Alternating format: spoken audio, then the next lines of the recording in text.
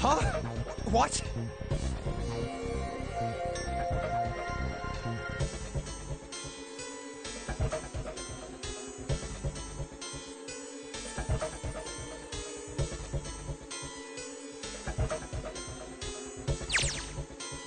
Why? What the hell is that?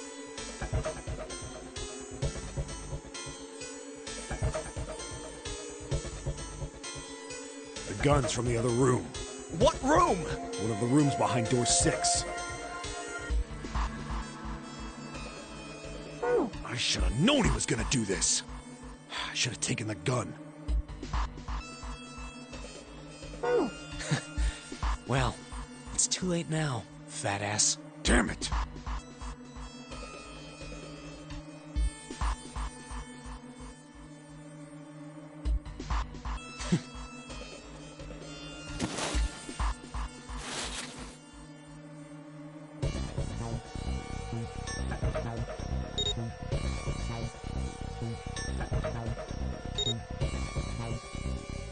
Now, time for you to start following my orders.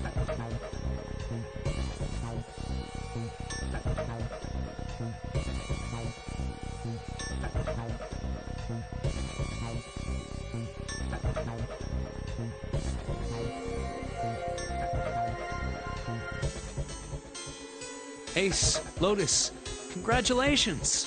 I've chosen you to come with me. Put your hands in the red.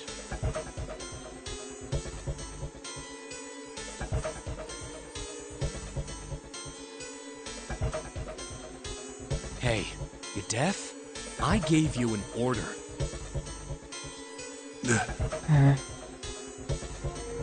Right, fine. I didn't want to waste any bullets, but you guys just don't get it.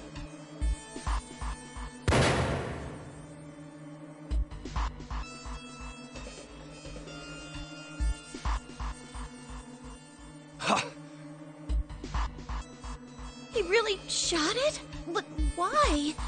Santa, why are you... Santa, I thought you were one of us. I thought we were friends. What? You knew about the leaf words and the 4-leaf clover. What the hell is that shit? I've got no idea. You're lying!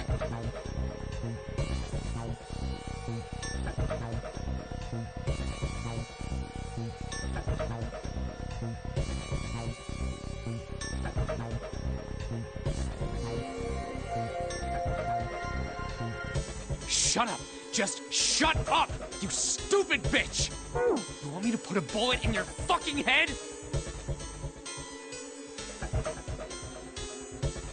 Santa. Alright, assholes! What are you still standing there for? Get over here and scan those bracelets! I don't have all day. Oh, what's the matter? Your hearing's starting to go? Going senile, maybe?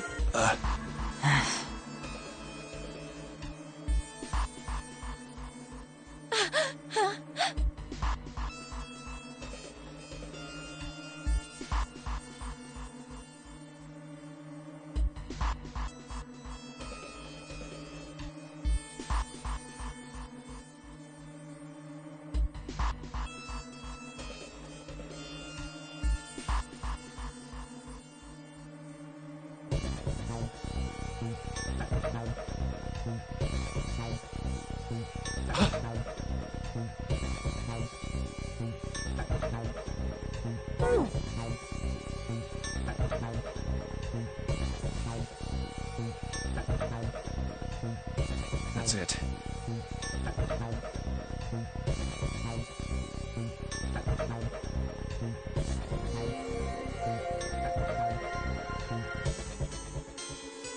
It's the only way. Please, go. Huh? No way. Jumpy, what are you saying? If you stay here, you're going to be stuck, Jumpy. And so will Clover and Seven. I know, but you don't need to worry about us. We'll figure something out. Right, Seven? Right. You just leave it to us. It's gonna piss me off to do what Santa says, but... Don't worry about me either. There's still something I have to take care of. No! No! You can't!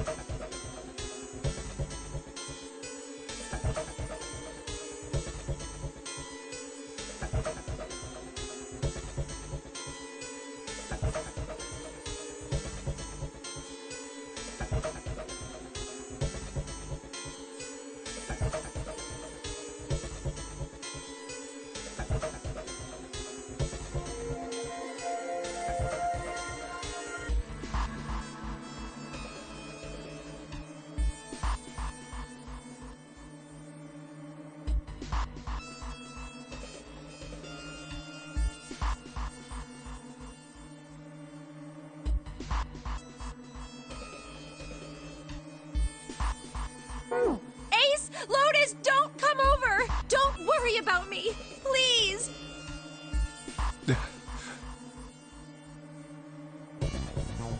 Please.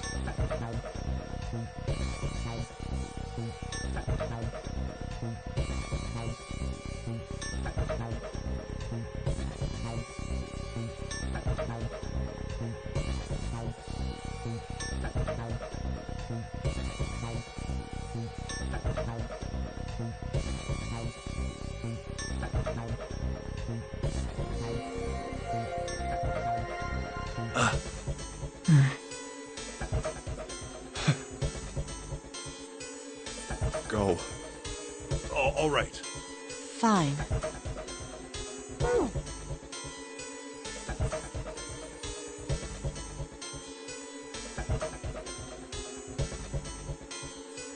All right, now let's get those hands on the scanner panel. What's the holdup? What? You think I'm fucking around here? I don't give a shit about this girl.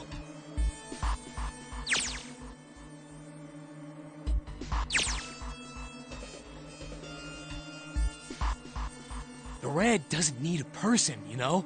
All I need is the bracelet.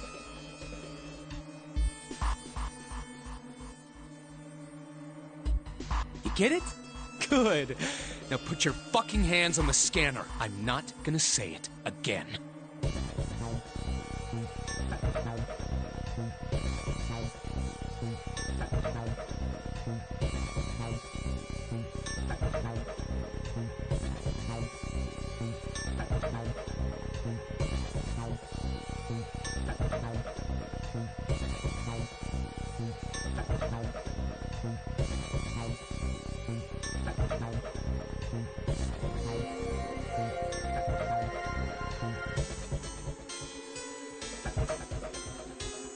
Fine.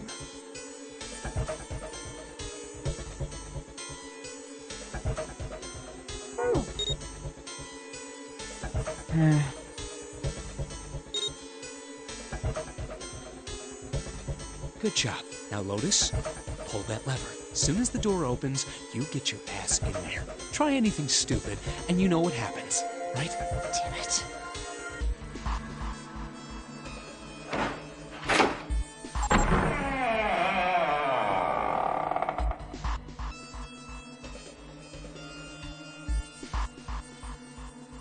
Good. Go.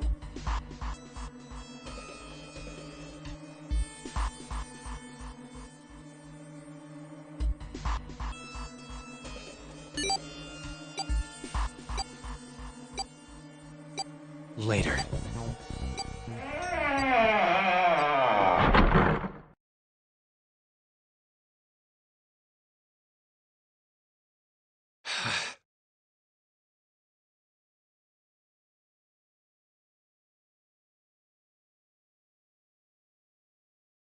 Uh,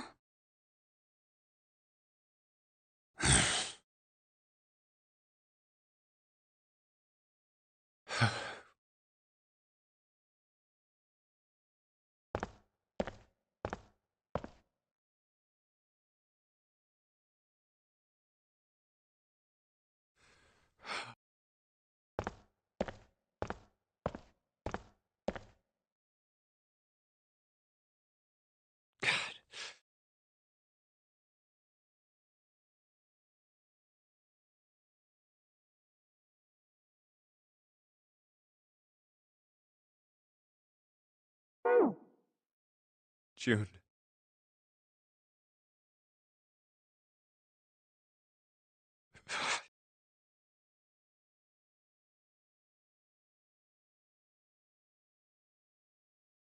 So, what do you want to do, Junpei?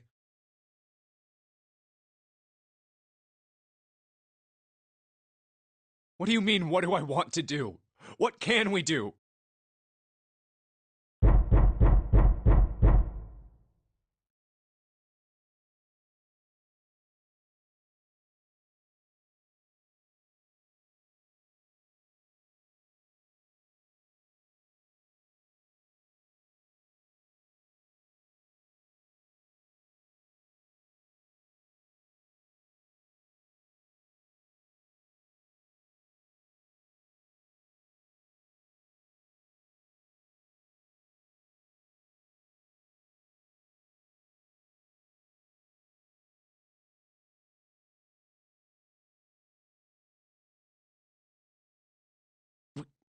What the hell is that? shh, quiet!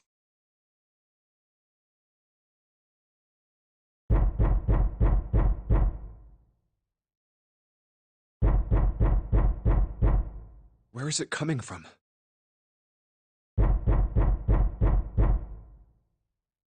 Could it be?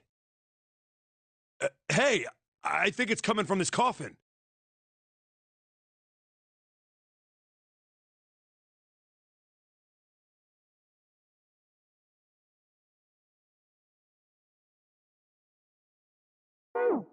You're right. Let's open it. But how? What are those muscles for? For show? You're telling me to force it open? Just shut up and try!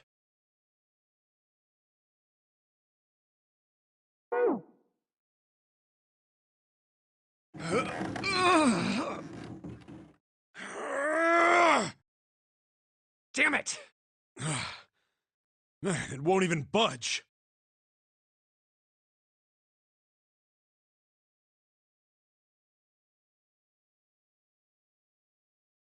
Not another one. Yeah, looks like it. Do you think we have to put in the right password or it won't open? I think so. Whoever or whatever's inside this thing wants out. And now. I know that. But how?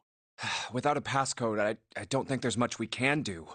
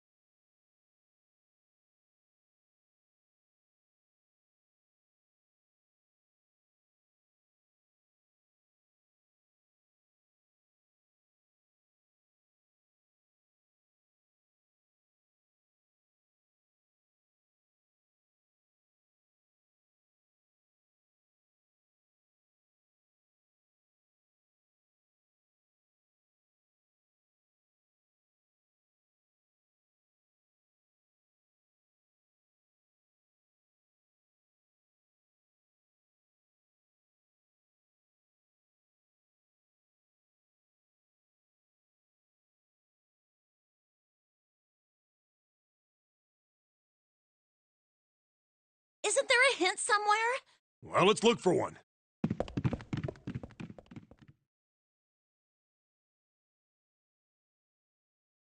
Ugh, there's nothing here. Not making this easy, are they?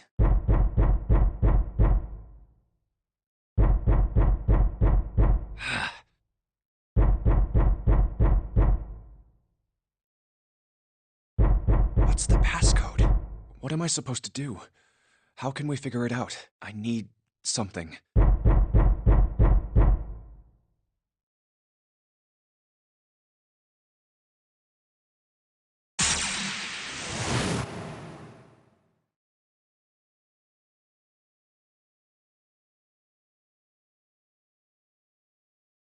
Wait, what? What the hell was that? That voice?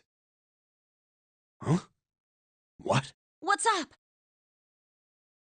Huh?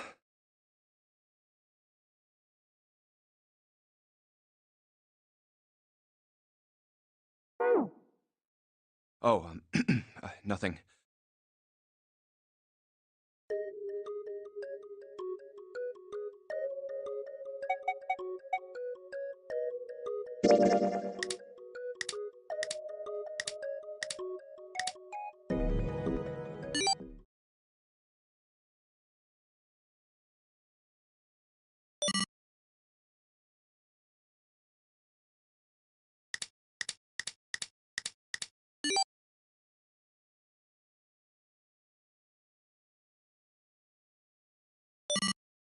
One, 4, 3, 8, 3, 4, 2, 1. Huh? Huh? Hey, what the hell were those numbers? Oh my gosh. Are those... Huh.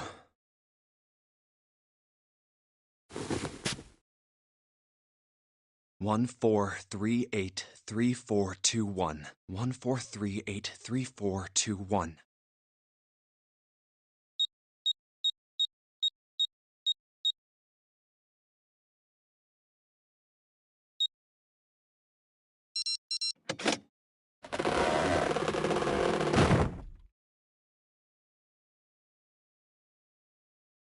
Huh.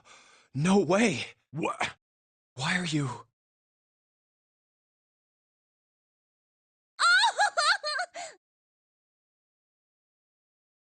Oh?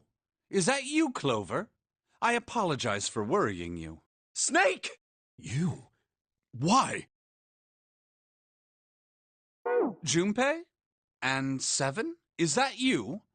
Is everyone else there as well? Oh. Jeez.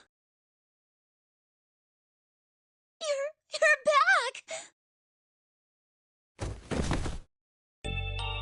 Gently now.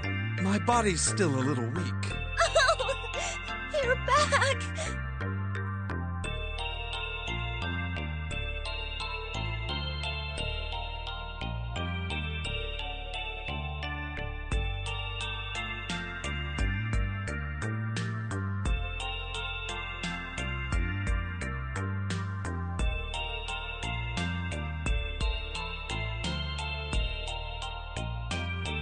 You're back! You're really here!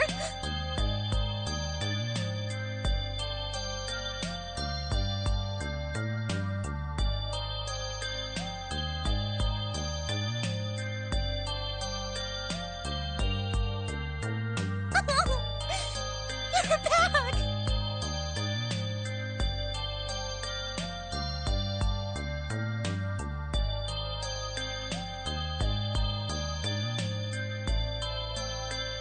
Come now, what's gotten into you? You're acting as though I've returned from the grave. Not as though you did. I really thought you were dead. Huh? You jerk! Idiot! Idiot! Idiot!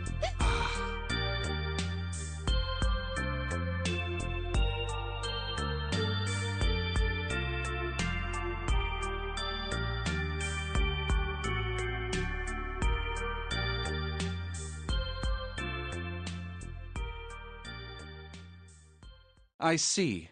I believe I understand things rather well now, thank you. In the shower room, there is a dead body wearing my clothes. Because of that, you thought that I was dead, correct? Yeah. You also discovered a corpse in the captain's quarters, and Santa turned on you here, in this room. Do I have it straight? Well, the dead body in the captain's quarters is a surprise. Sorry, there wasn't a good time to tell you. Don't worry about it. Well then, I've got a pretty decent idea of what happened while I was indisposed, but it's still something of a mystery who did all this, and why. The corpse in the shower room that looked like me, and the corpse in the captain's quarters.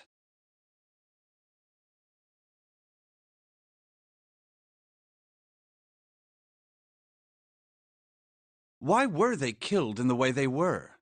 You don't know? No. Why would I? The guy in the shower room. We don't know who he is, so let's just call him Mr. X. Anyway, this Mr. X is wearing Snake's clothes, but you're wearing some kind of weird robes. That means someone took your clothes and put them on Mr. X. We need to figure out who that was. I apologize, but I have no idea who might have done this to me.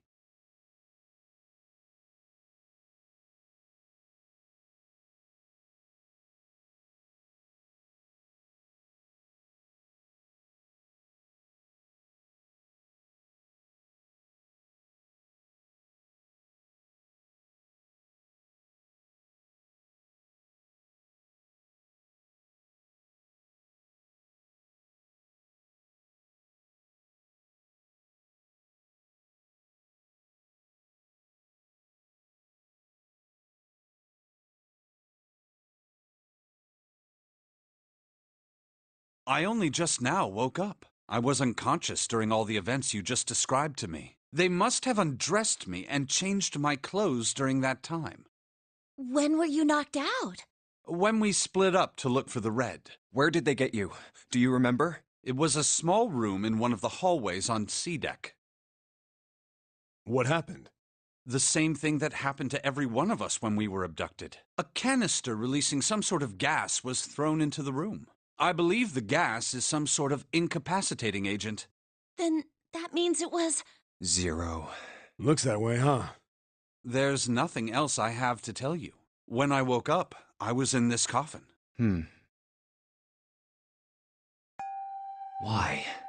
Why did Zero make Mr. X wear Snake's clothes? How would that benefit Zero? I don't get it. What the hell does any of it mean? And I have no idea how I got the passcode for the coffin either. Truth had gone, and truth had gone. Where did those words come from? Why did I feel compelled to push the buttons on the bracelet after hearing them?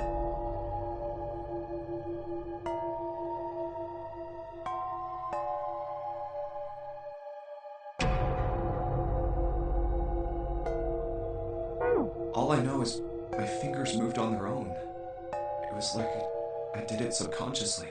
I don't get it. What the hell does any of it mean?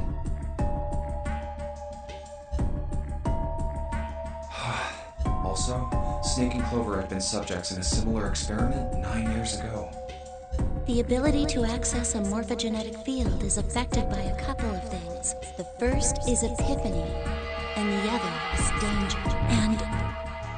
And someone did actually die. A girl. Her name was... There had been another experiment conducted on this same ship 9 years ago, and a girl had died during it. Morphogenetic field theory. The two murders. Switching clothes.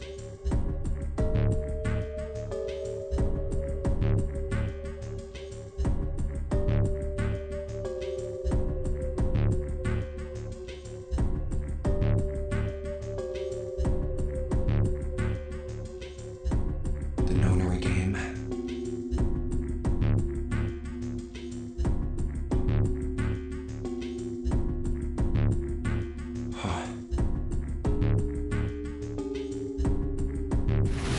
Zero. He's the ringleader. The person who trapped 9 of us on this sinking ship. Zero should know everything. If we can uncover Zero's identity, all of our questions will be answered.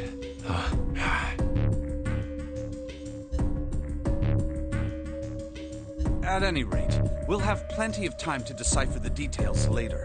For now, it is of utmost importance that we escape. Junpei, it was 4:30 the last time you checked the clock, yes? That means we have less than an hour. We must hurry. Hey, how are we gonna get out of here? Isn't that obvious? Through the other number 9 door.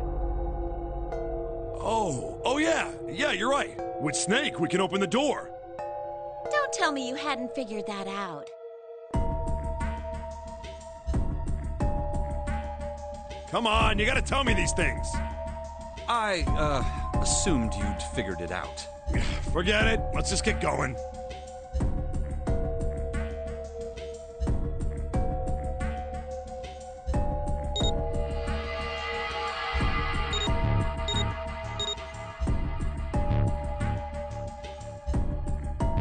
All right.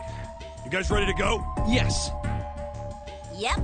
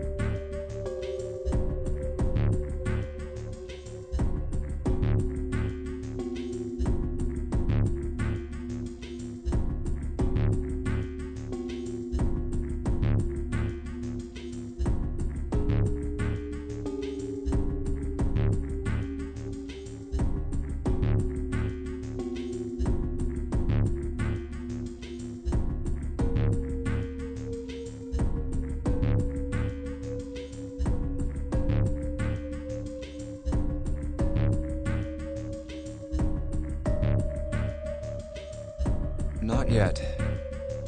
Huh? Before we go in, I'd like to check something. You want to check something? Yeah, but before I do, 7, could you pull the lever? I want to make sure we can verify with just the 4 of us. What do you mean? We don't need... Just do it, all right? But if the door opens, don't go in yet, okay? Please, this is really important. I really need to check this, okay? Work with me here. Fine.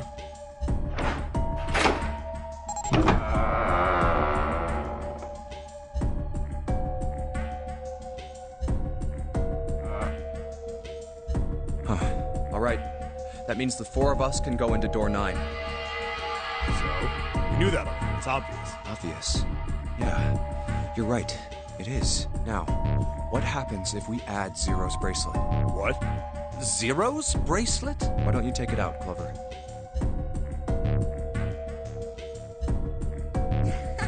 So you did know I had it. I picked it up because I thought it might be useful sometime.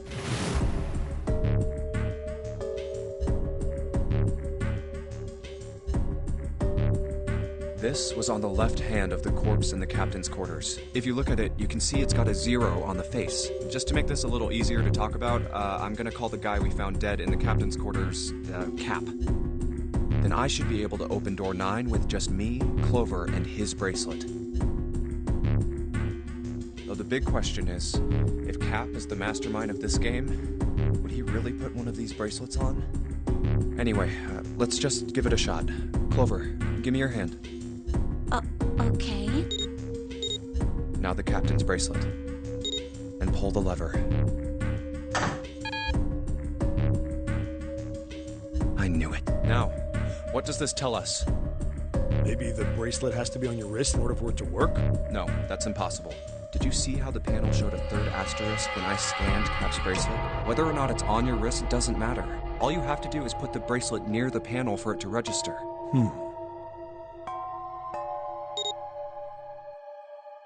Huh. Looks like you're right. See? So what does that mean? There's only one possibility. That bracelet isn't the number 0. Is that what you're saying? That's right. Then what number is it? Let's find out.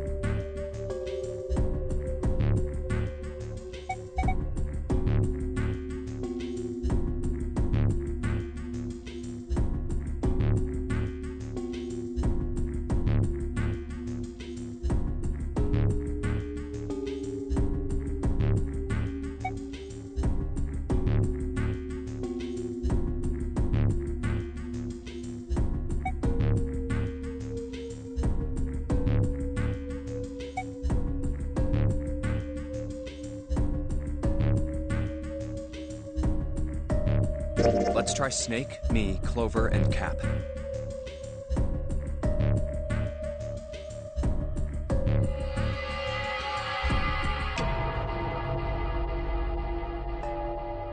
If this combination opens the door, then Cap's bracelet is number 4.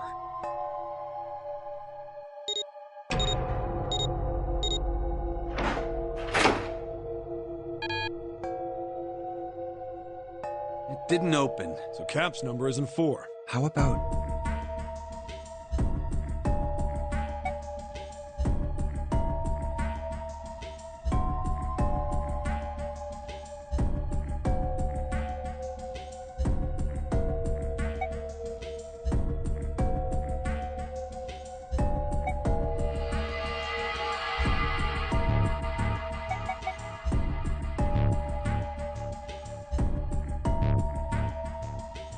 Let's try 7, me, and Cap. If this combination opens the door, then Cap's bracelet is number 6.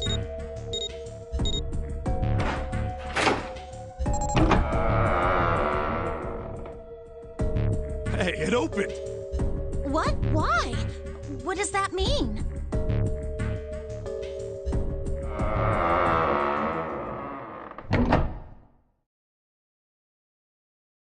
Isn't it obvious? Cap's bracelet is number 6. But doesn't it say 0? This isn't a 0. The symbol on here isn't a number 0. It's a letter O. Oh. Whoa, wait a minute. I don't get it. I mean, we figured out that Cap's bracelet is 6, right? Yeah. Does that mean there are 2 people with 6s? There is most likely only one person with a 6. But I don't get it. What about June? Well, this is only an educated guess, but I think June's number was never 6 to begin with. Her bracelet was flipped. In other words, June's real number is... 9. That seems the most likely. Then all this numbered door stuff was just a load of crap? Why would you say that? Because if June is 9, then the numbers wouldn't match up. Here, look. List of all the numbered doors June's gone through. I'll let you know what I'm writing, okay, Snake?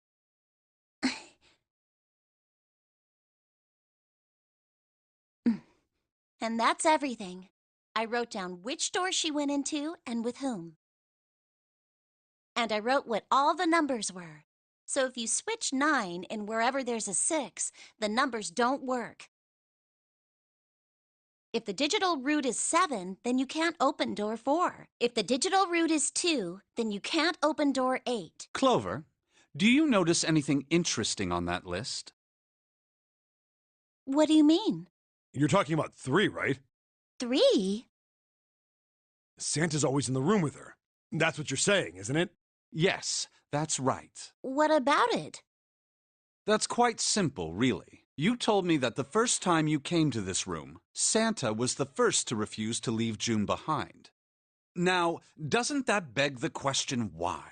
Why would Santa do such a thing? The answer is easy, because Santa can't open door 9 with only 7 in Lotus. Of course, there's only one reason for that. His number isn't actually 3. Santa's real number, 7? Would you be so kind as to modify my sister's equations? Yeah, sure. This is what you were getting at, right, Snake?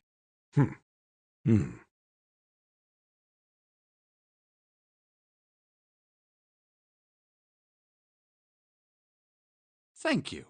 That is exactly right, 7.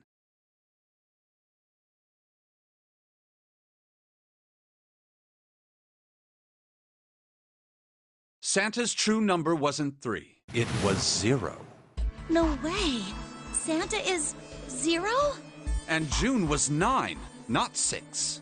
Conversely, Santa was 0, not 3. Plus 3 and minus 3, they cancel one another out. Nothing appears out of order.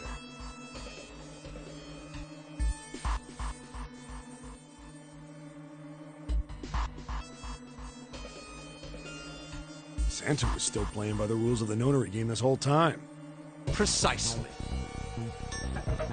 So you're saying Santa planned this whole thing? I'm not sure if he acted alone or not, but I think it is safe to conclude that he is Zero, if my hypothesis is correct.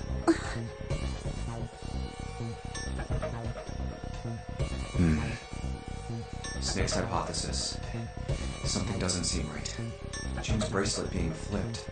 Even if that were possible, that would mean there are two number 9 bracelets. And if that's the case...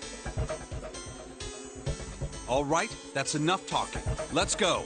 It's high time we went through that door.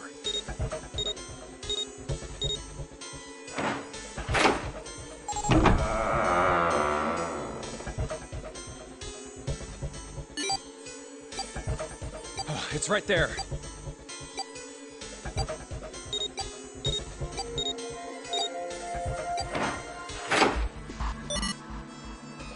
Oh. All right, let's keep going.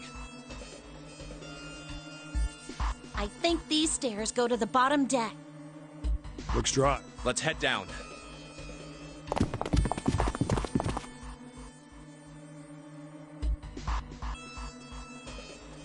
Hey, it's a...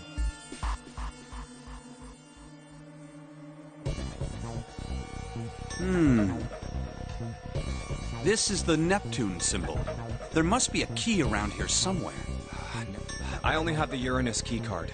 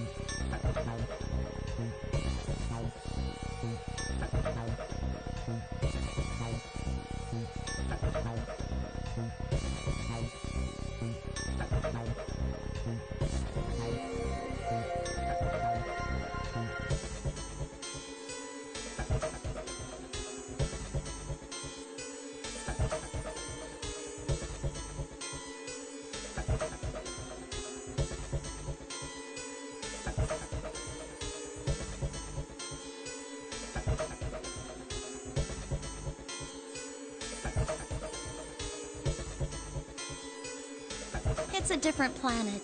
Plus, it's the wrong kind of key. Let's turn around and go back for now. Yeah. Hey, another door. And a card reader this time. It's the Uranus symbol. This is the place.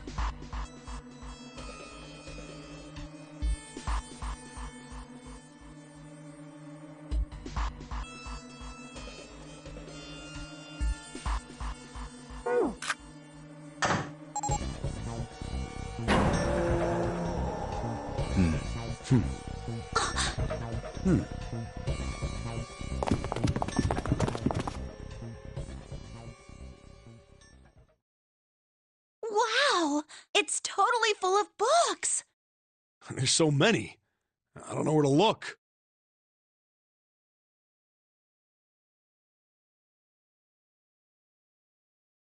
All right, if we want to get through that door out there, we need the Neptune key. I say we split up and look for it. Okay. Very well. Sure thing. Good. Let's get started then. We don't have a lot of time. Hurry.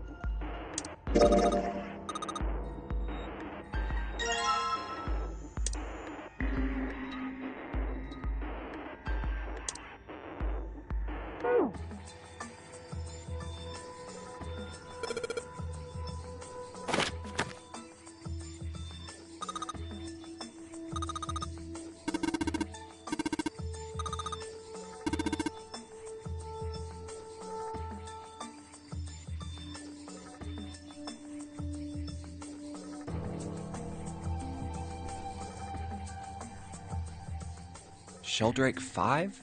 I think I saw the rest of this collection somewhere. Yeah, I think it was somewhere around here. Let's go take a look. Okay. Sheldrake. Have you heard of him? Sheldrake, I mean. Yeah, Lotus told me about him. There's a British biochemist named Sheldrake. He has a rather interesting theory, morphogenetic fields, which relies on the theory of morphic resonance. Really? From Lotus, huh? Well, Clover also said something to me about that stuff. She did? Yeah, what was it? The ability to access a morphogenetic field is affected by a couple of things. The first is epiphany, and the other is danger. That girl. I told her not to tell anyone.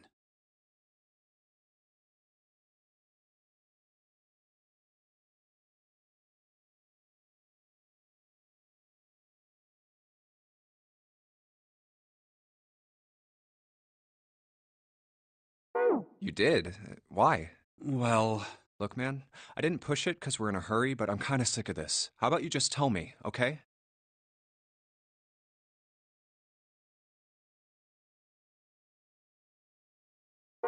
tell you what?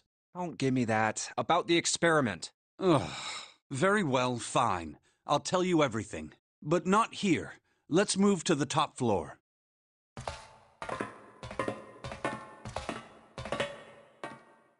I suppose I might as well start by telling you why I kept quiet, and why I made sure Clover did as well.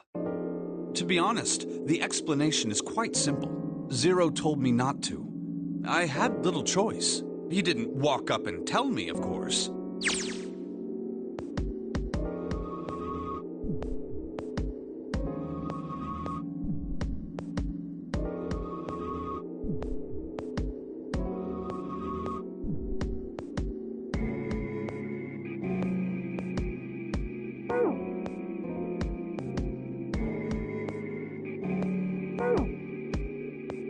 gave me a message engraved on a card. That's a Braille card. It looks just like the one you showed us earlier. So you had 2 cards. No, only one. Huh? What do you mean? I thought that card just had some rules for the nonary game on it. Yes, it did. And those were the rules I read you. However, they were not the only thing on the card. There was something I didn't read. Well, perhaps I should say, there was something I couldn't read. And that was? Tell no one of the events that took place 9 years ago. Tell, and I activate your sister's detonator. It's a threat on our lives. Oh. Well, what about Clover? Did she get a message from Zero too? I don't believe she did. But doesn't it strike you as strange that Zero would shut my mouth, but not hers? Yeah. To be on the safe side, however, I told her it was best not to tell anyone.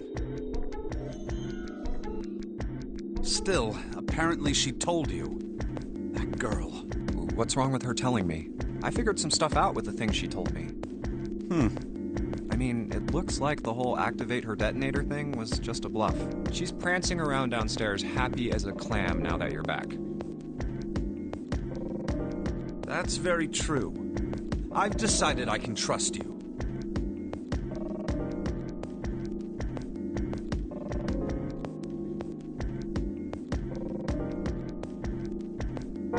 I've decided to tell you the truth. The chance that Santa is Zero is very high. I feel I can assume Santa doesn't have the time to observe us at the moment. And at any rate, even if he were, I very much doubt he would kill us. Why? Clover told me about the 4-leaf clover, about the words. If he knew about that, then he was in my group during the first experiment. I'm sure of it. He wouldn't kill us, no matter what the situation was.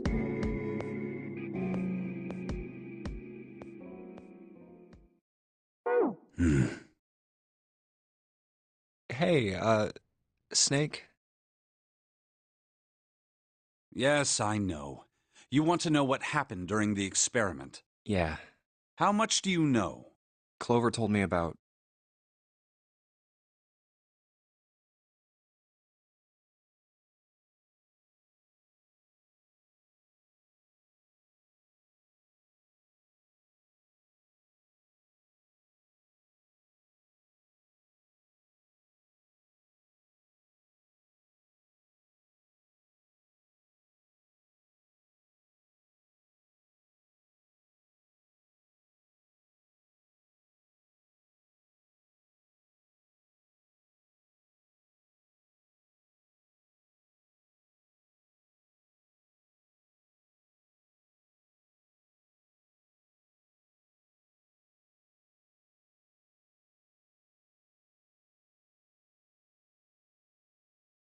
I see.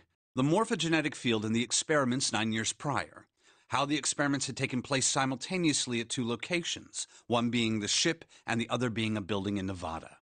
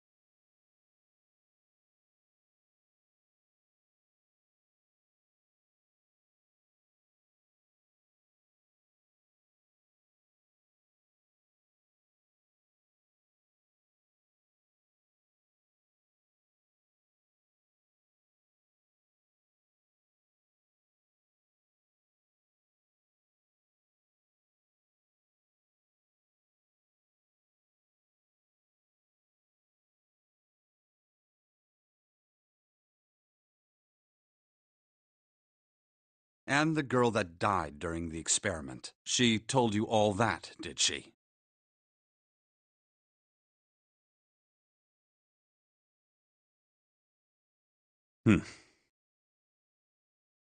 At any rate, I now know how much you've learned.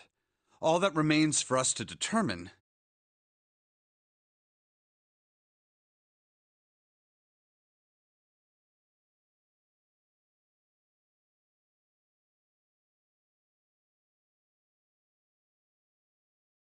is who did this and why, right? yes. Can you tell me what happened? Yes. The people who organized the initial experiment were from a company called Cradle Pharmaceuticals. There were 4 of them running the show. Gentaro Hongo, Nagisa Nijisaki, Teruaki Kubo, Kagechika Musashido. Hongo was the CEO of Cradle Pharmaceuticals. Nijisaki was his right-hand man and did the lion's share of the planning. Kubota led the company's research and development division. Musashido was their majority stockholder. It was these 4 people who planned the initial experiment. Let me simplify it for you. Hongo designed it, and Nijisaki put it all together. Kubota developed the technology required, and Musashido provided the cash. So it's Hongo, Nijisaki, Kubota, Musashido. Of course, more than 4 people were required to conduct an experiment of this scale. To that end, they organized a top-secret team to assist them with their research. All in all, they gathered 10 people or so. Those 10 completed their team, and they were able to begin the project. They named it the Nonori Project. The purpose of the experiment was to research the prospect of controlling a human mind through sheer will. The vessel, I suppose you could say, for this control was the morphogenetic field. Why did the glycerin suddenly begin to crystallize? Why did the crystal structure of EDT undergo a sudden change? Why did the rats improve their puzzle-solving skills with each generation?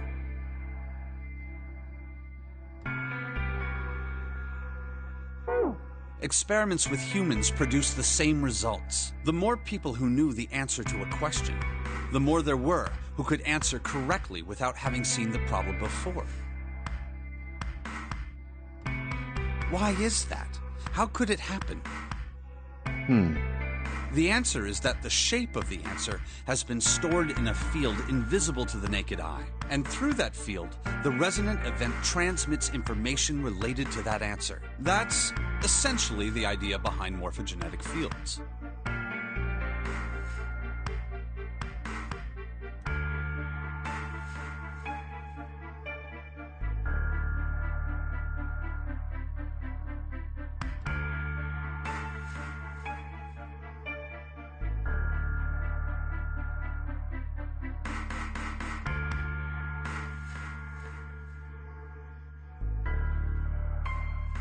But that's just a theory.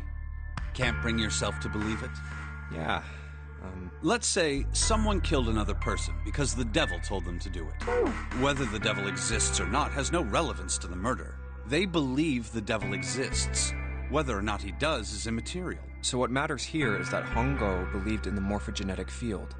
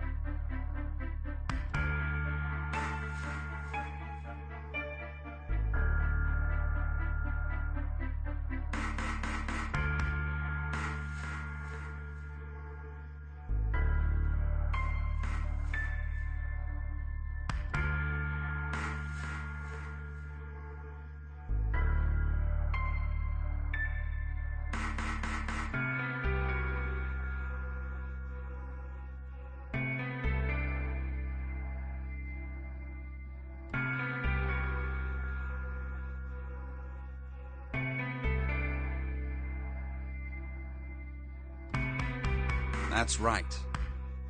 But I still don't get it. You said they wanted to figure out how to control people. Right? That is what you were saying. Yes.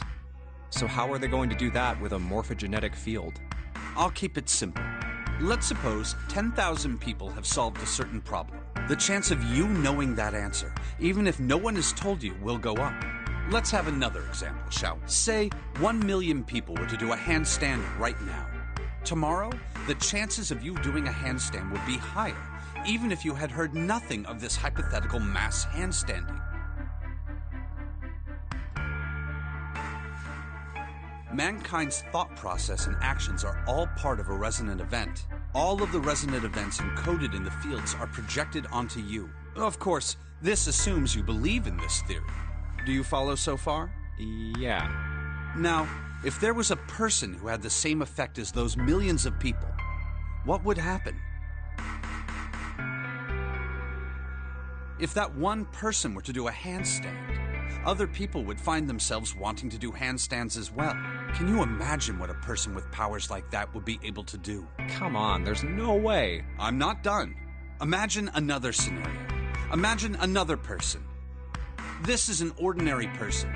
Let's say he does a handstand. What if there was someone who could grab the resonant event he created by doing that and use it to make other people do handstands? What would happen then? A person who has the power to write to the field, and someone who can read from the same. You could think of them as the writer and the reader, or the transmitter and the receiver.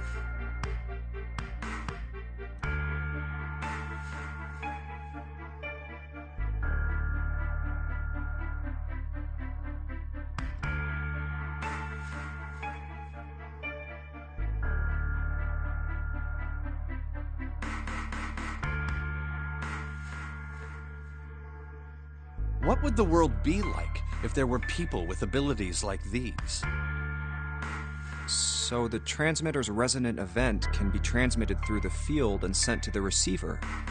And then the transmitter can control the receiver however they wish. That's what you're saying, right? Yes. Close enough, at least. Come on, that's just crazy. Well, if you want to prove that, then you'll have to test it first. At least, that was how they thought. That was why they decided to do their experiment. That was how the Nonary project began. By the way, Junpei, have you ever heard of the Gansfeld experiment? Yeah, that was an experiment in telepathy. You place a pair of subjects in separate rooms.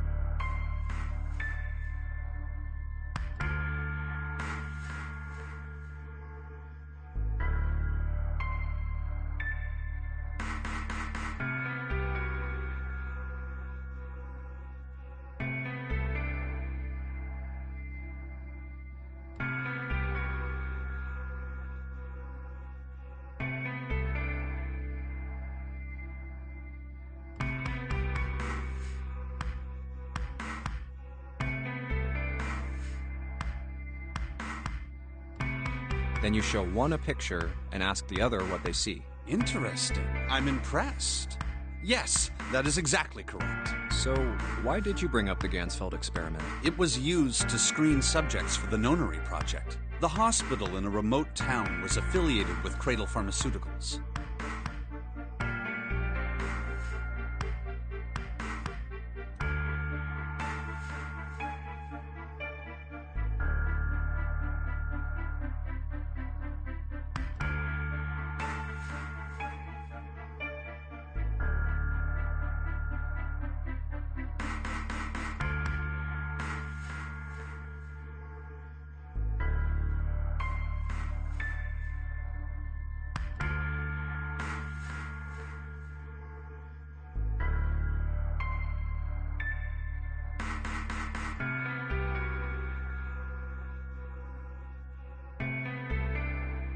Hongo used it to conduct experiments on visiting children in secret. Some of them, he found, had potential. He began to gather children that showed promise. Children that seemed as though they might be able to access the field. Of course, none of them volunteered. They were kidnapped.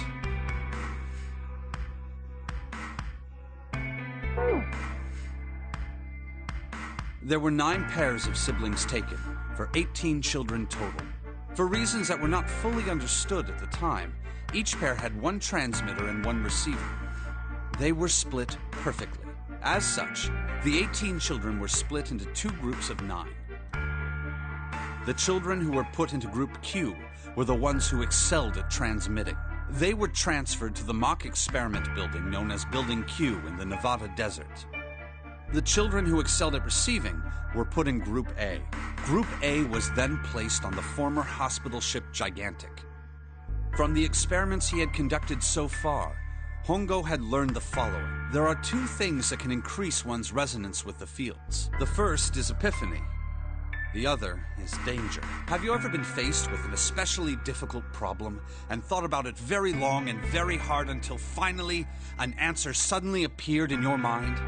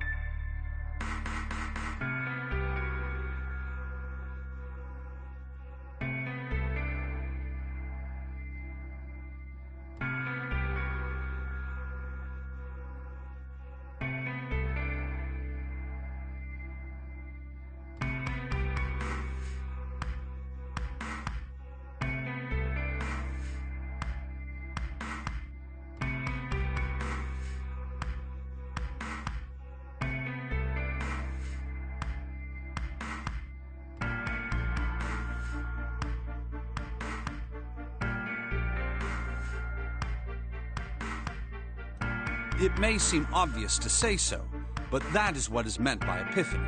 The information obtained through that epiphany can be easily transmitted through the fields, where it can be easily interpreted. Adding danger to that equation allows for even easier field access. That's where Hongo came in. They set up a number of puzzles across the Gigantic. The participants had to solve each one before they could move to the next room. Of course, he hadn't forgotten to include danger. He had detonated a bomb on the hull of the Gigantic. The children in Group A were forced to play the nonary game as the ship sunk.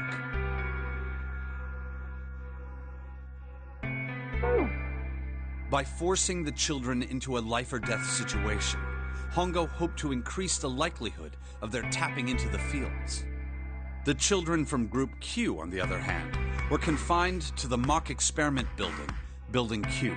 Building Q duplicated the interior and puzzles of the Gigantic exactly. Every detail was exactly the same. Hongo explained the situation to the children in Group Q.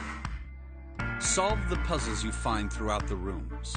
When you have the answers, transmit that information to the children in Group A. If you succeed, they will be able to solve the puzzles and escape. But if you fail, then the Gigantic will sink, and your brothers and sisters will drown.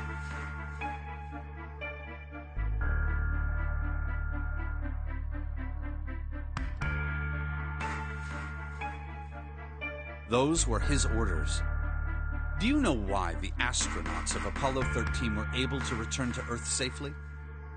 It was because NASA had access to a replica of the Apollo 13 capsule. All of the equipment, the instruments, everything. All of it identical. Everything was just like the real Apollo 13. NASA was able to replicate the situation the astronauts found themselves in. By putting themselves in the same situation, they attempted to solve the problems the astronauts were dealing with. Once they found solutions, they reported their findings to the men aboard the actual capsule. That was how they were able to return safely. It was the same with the Gigantic in Building Q. The children from Group Q had to use the power of epiphany to solve the puzzles they found and transmit what they learned through the fields. The children in Group A, however, they had to access the fields to learn how they might advance to the next stage. That is the simplest explanation I can manage.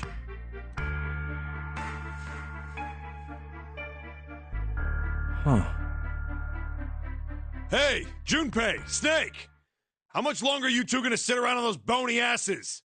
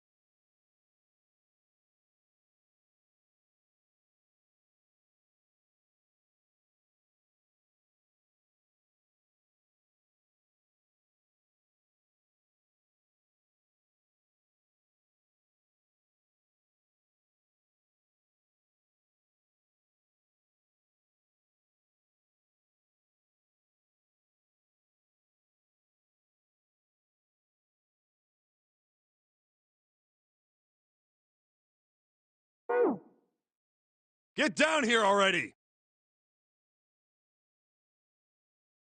He's right. Let's go, shall we? We don't have much time. We need to get out of here, and soon. Hold it. There's one more thing I want to ask you. Hmm? Are you sure that there were 18 kids? Why? Well, I thought it was only 16. Oh, yes. That was what they said on the news, wasn't it? Yes. I have no doubt that 18 children were abducted and used in Hongo's experiment. After all, you couldn't exactly play a nonary game with any less, could you? Well, yeah, but are you saying that the news got it wrong? Yes, I am. There were 2 more children. However, they had no relatives that I'm aware of. I imagine no one filed a police report when they went missing. They were brother and sister, like Clover and I. The brother's name was Aoi. The sister's name was... Her name was... Her name was Akane. That was the girl who died.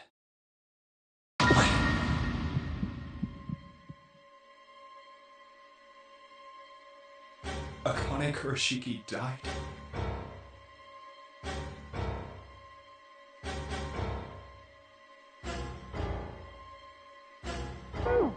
Nine years ago? Then, who's June?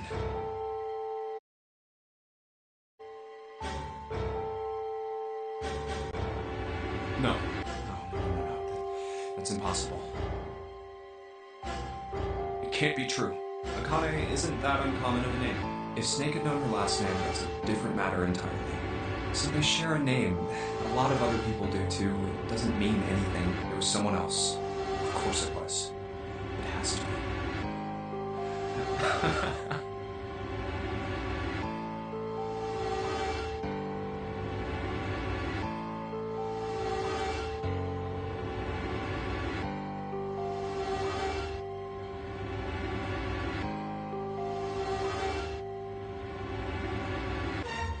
Is something wrong, Junpei?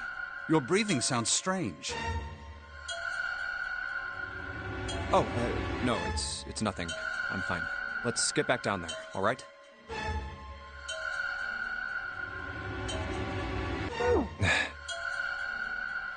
I couldn't do it. Why didn't I ask?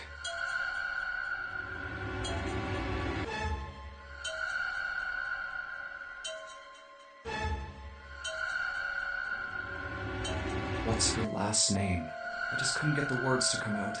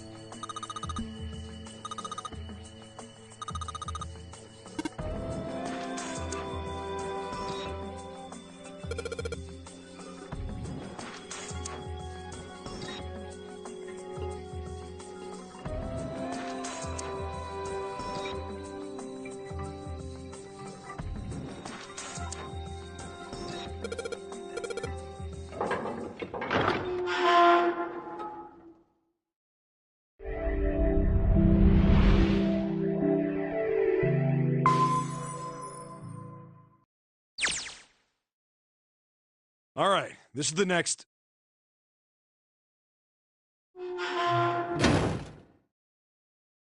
Ugh, the door! Did that just close on its own? Don't tell me we can't go back. I don't know. Let's see.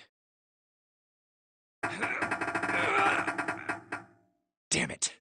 It looks like it locks automatically. Is there any other way out? Well, there's another door over on the right. There's a card reader next to it. It's got a red light on it, though, so I'm pretty sure it's locked, too. But there is a card reader, right? Yeah. Then perhaps if we find a key card, we could open the door and leave? Well, yeah, that might work, but... Hey! Wait a minute. Are you saying we're gonna have to search through this room for one little card? Oh, man.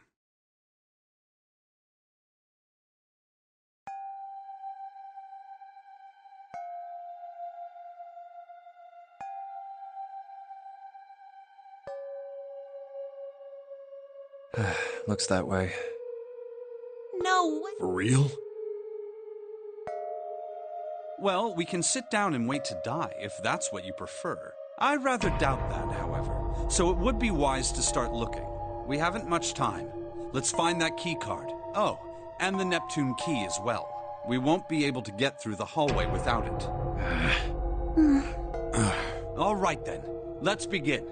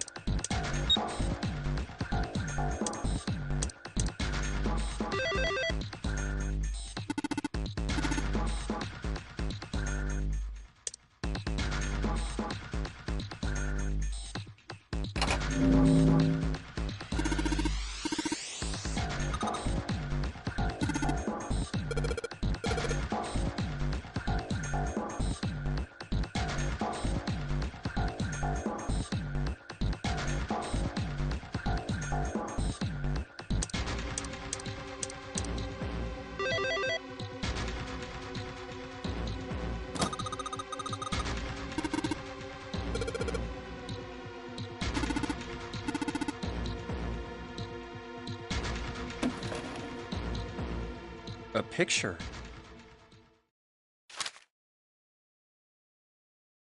What the?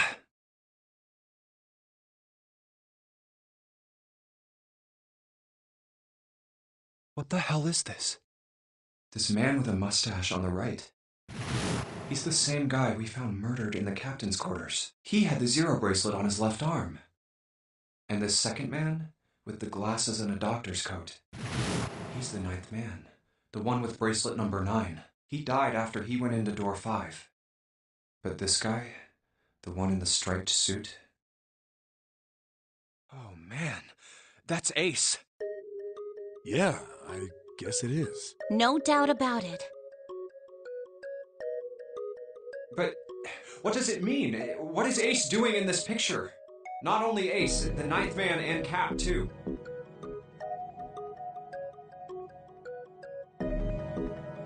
And they look happy, like they knew each other well. Why? How? How in the world are these 4 men connected? You say Ace is in that picture? Yeah, it doesn't look like it was taken recently, though. Ace, the ninth man, and Cap all look about 10 years younger.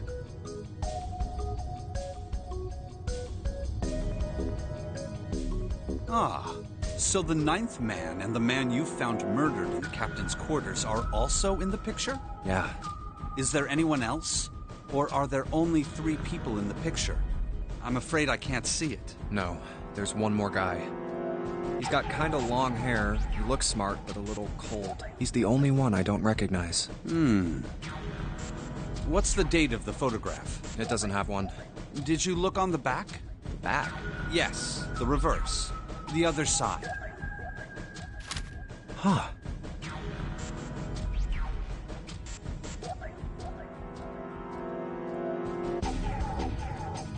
Praying for the success of the Nonari project with Nijisaki, Kubota, and Musashido. Huh. 4 men in this picture were the organizers of the Nonari game 9 years ago.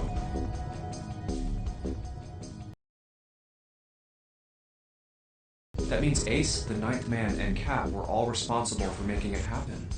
But I feel like I should be more shocked about this. It's almost as if that's just how things were always supposed to be.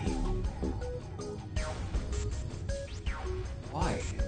Why am I not surprised? Ace was the one in charge of the Nonari project. But why? Why am I so calm? It's like I already knew. Ah, of course. I understand now. Ace was the CEO of Cradle Pharmaceuticals. He was the one who invented the game 9 years ago. He was Gentaro Hongo. Ace is Hongo?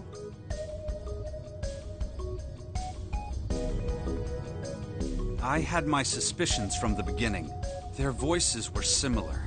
Too similar to be a coincidence. I could never forget his voice.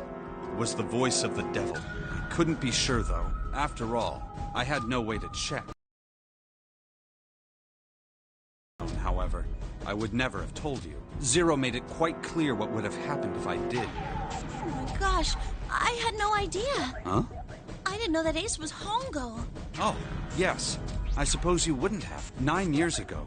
You were in Building Q in Nevada, but Hongo was in the Gigantic with us. I know. That's why I didn't know what Hongo looked like. But why? Why didn't you tell me? I mean, I'm your sister, right? You could have told me. I'm sorry. I apologize for keeping this from you. But if I'd told you, Clover, I would have told everyone else. And if you did, then I would have been forced to tell them about what happened 9 years ago. I had to prevent that.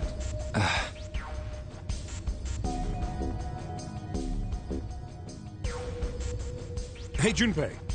You think I could borrow that picture for a sec? Sure.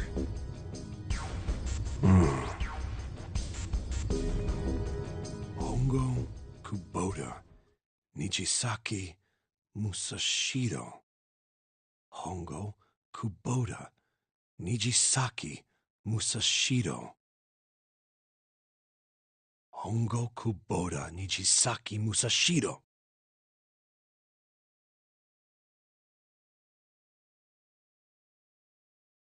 Hey, Seven, do you... Shut it! Just be quiet. I'm this close to remembering. This close. Hongo Kubota Nijisaki Musashiro. Cradle Pharmaceuticals. Nonary Project.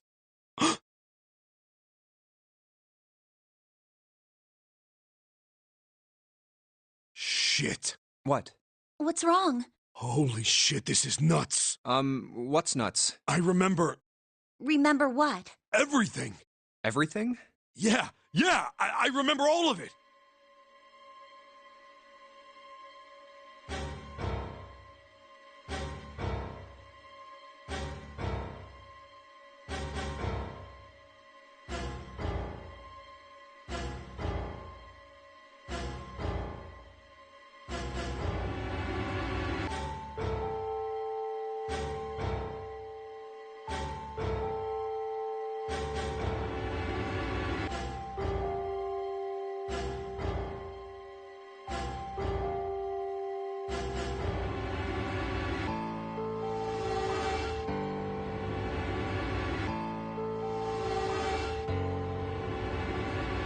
My memory's back!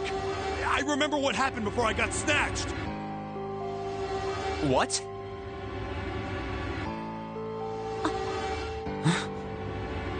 Let me tell you what happened. Like Snake said, Ace is Hongo. From the right, the other three are Musashido, Nijisaki, and Kubota. Musashido was the man with the cash. Nijisaki was Hongo's right-hand man. And Kubota developed the actual technical details of the experiments. How do you know all this? Come on, man, I told you, I finally got my memory back. No, that's not what I mean. I'm trying to ask you why you knew all this stuff in the first place, before you forgot it.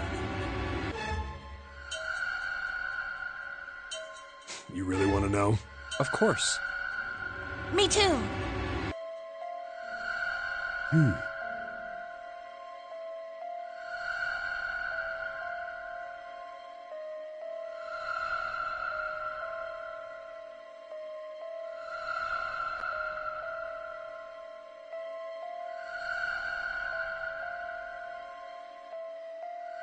This is gonna take a while.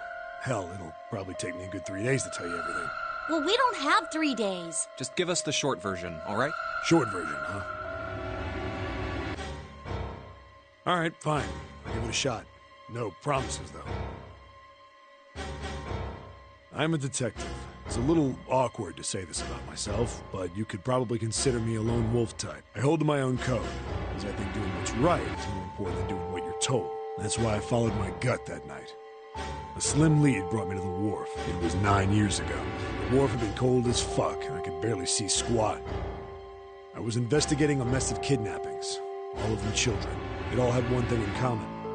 A history of visits to one particular hospital. A hospital under the management of Cradle Pharmaceuticals. My investigation had turned up evidence that Cradle had been involved in the kidnappings. After a little sweet talking, I managed to finally get a real lead from someone inside Cradle.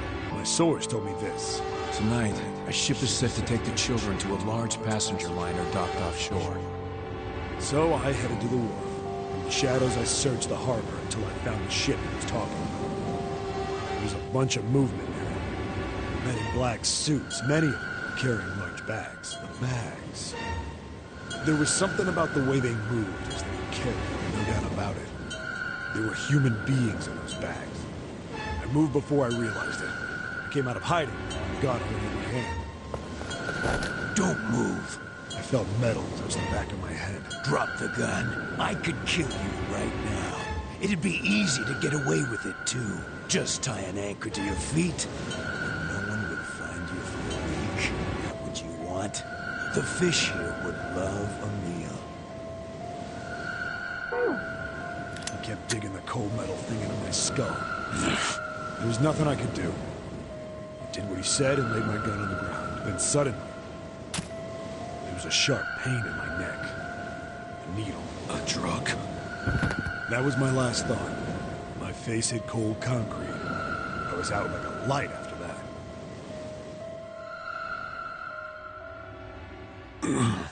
I woke up on a hard floor. Damn it. Shit, my head hurts.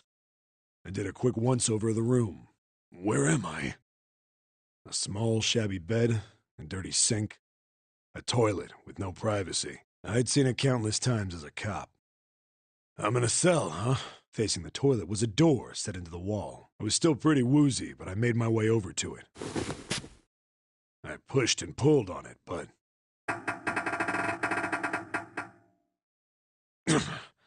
it won't open.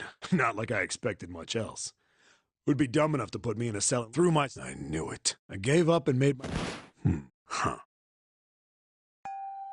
I sat there for a Then... the voice was far away, but I could. It was pretty high. Huh? No, it was several. I hear fire. Where? I pressed my ear to the wall. No, that's not it. Left. It's... I hauled in the middle. And there it was. The bed had hidden an air vent under it. I dropped, but I knew... Hold up. But then, with my inside... Tonight... Whoa. It didn't matter. I checked out the middle. Could I fit? I stuck my fingers, and then...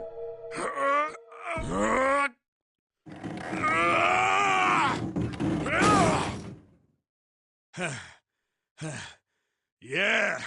How do you like that, you son of... I finally sweat. The first white one from crawling like... I've been in the thing long enough to start wondering where it'd take me.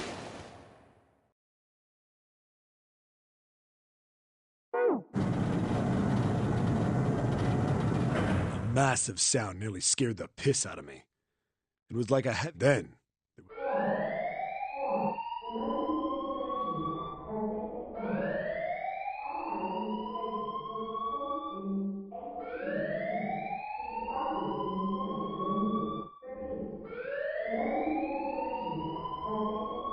What?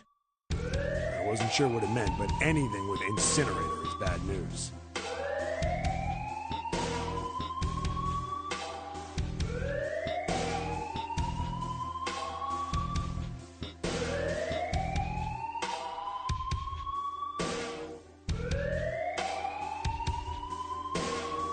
Then, almost as if that was a cue, I heard a mess of young-sounding voices. A bunch of them were straight up screaming in terror. And all the sounds together made a howl that made the hair on my neck stand straight up. Damn it! What the hell is going on here? I scrambled through the duct as fast as I could. I made a giant racket, but I didn't care at that point. I soon found a metal door on the left side of the duct. The kids were screaming on the other side. I found it. I yanked the handle and threw the door open. I almost ripped the metal off its hinges. What the hell is this place? I couldn't believe what I saw. The room had a dome up top. There had to be about 9 walls, all the same size. Up in the ceiling was an upside-down funnel, almost like a chimney. I looked down. There they were. The kids I'd been searching for. They all gawked up at me, suddenly silent. For the moment, from surprise and fear. Scared of the room or me, I couldn't tell. Probably both, actually. Not like I can blame them running into a mug like this when they're already scared shitless. I snorted at my own dig at myself and turned to the kids. Don't worry, kids, I'm not your enemy. I'm one of the good guys. All of them stood there, frozen. Well, except one. He was a boy, slightly older than the others, in a private school uniform. Who the hell are you? He stepped forward and glared at me suspiciously. I'm a detective. I'm here to rescue you. It looked like they relaxed some the second I got the words out. How are you gonna help us? Where's the exit? There isn't one. The doors we came in through won't open, and the door over there... He kind of cut himself off. I think he was considering something before he changed his mind. Anyway, there's no point. We can't all get out of here. If we don't get out of here, we're gonna be burned to death. Burned to death? Can't you hear it? That voice said the incinerator's gonna start up soon. So... The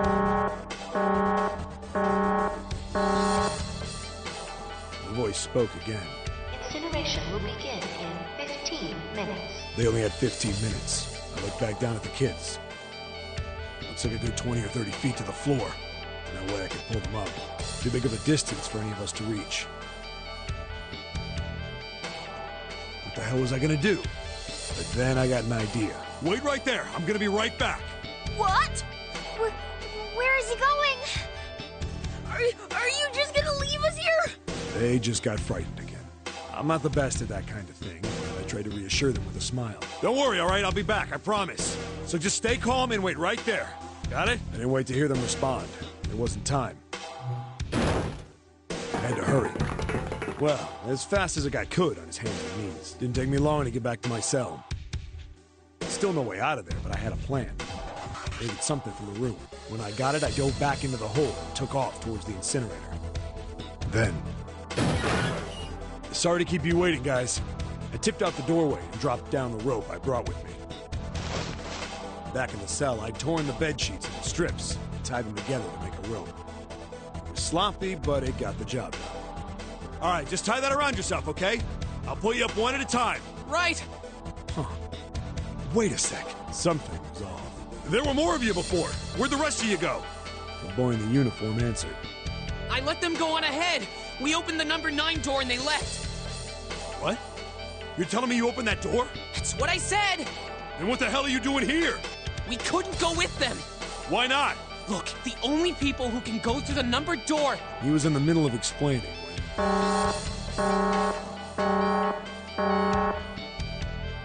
Incineration will begin in 5 minutes. The wall shook a bit from the voice bouncing around. Look, that can wait, all right? Just get us out of here! Right! Grabbed onto the rope. First one I pulled up was a girl with a ponytail. Next was a girl with a red necktie. A boy in a jacket came after. He said he'd climb up on his own. The boy in the uniform was the last up. Like the other kid, he climbed up the rope himself. He looked pretty scrawny, but I guess he was stronger than he looked. He moved fast, but when he was almost to me, we heard some knocking. Everyone looked at the door. It had a thick, square window set into it. On the other side, an angry face was staring in. God damn it! What's going on here? Why is the room empty? Where the hell are those fucking kids?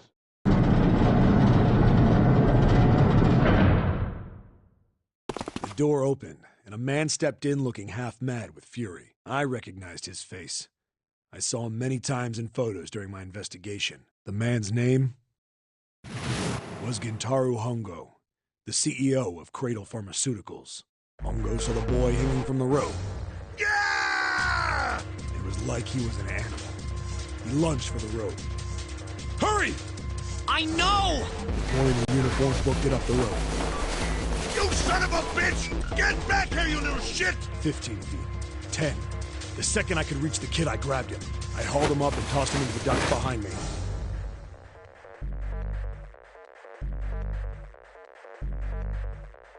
No!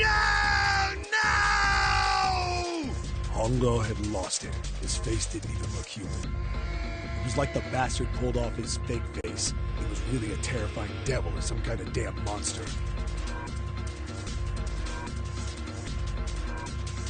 I quickly reeled in the rope, leaving a furious Hongo yelling at me from the floor. You fucking bastard! You won't get away with this! How dare you compromise this experiment! Experiment? What experiment?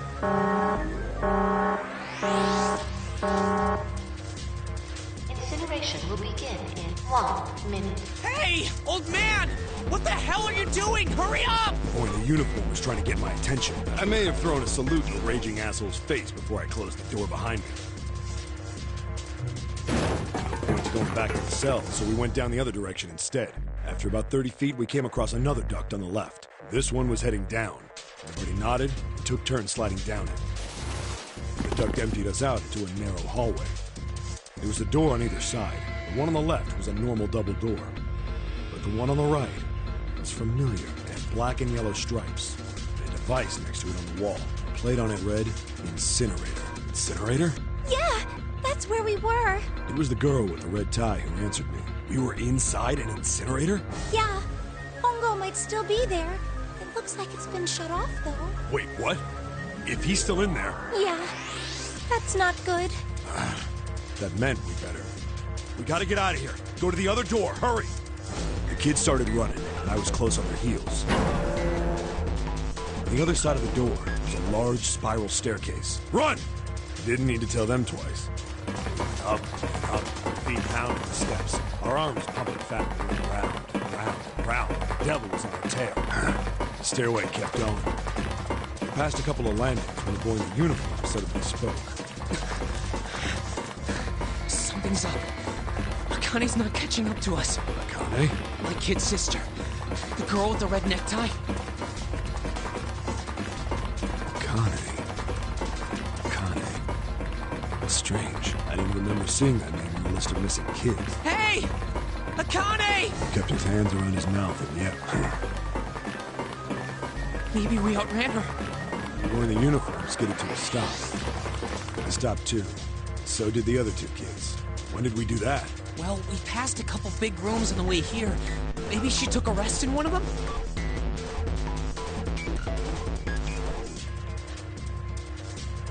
No, that's impossible. Sorry, Grandpa. You keep going. I gotta go look for her downstairs. He turned to go. Hey, kid, wait! God damn it, I said wait! I don't think the kid even heard me. Fuck! I spun around to the boy in the jacket and the girl with the ponytail. I'm going after him. You two keep going, all right? You got it? The girl nodded and ran up the stairs. The boy... I'm going with you. I didn't have time to argue. I just nodded and took off down the stairs. I could hear him following me. We ran all the way to the bottom floor, calling for her. Akane was nowhere to be found.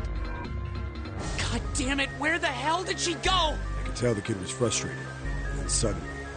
Help me! Somebody help me! we heard a girl's voice. Akane! The boy in the uniform threw open the door and leapt into the hallway by the incinerator. We rushed in after him. I couldn't for the life of me believe what we were seeing. That bastard Hongo had Akane by the arm and was forcing her into the incinerator. Come on, goddammit, move! No, I don't want to! Let me go, please! Let go of me! She planted her feet squarely on the floor and was struggling to get away. But Hongo was bigger and stronger. She wasn't gonna win. My brother roared with anger and charged toward Hongo. Help me! Ah! You're too late, idiot! Hongo lifted Akane bodily into the air and threw her, still fighting him, into the incinerator. Before we could even blink, Hongo had leapt through the door after her. We saw him land inside. And then, the door slammed shut.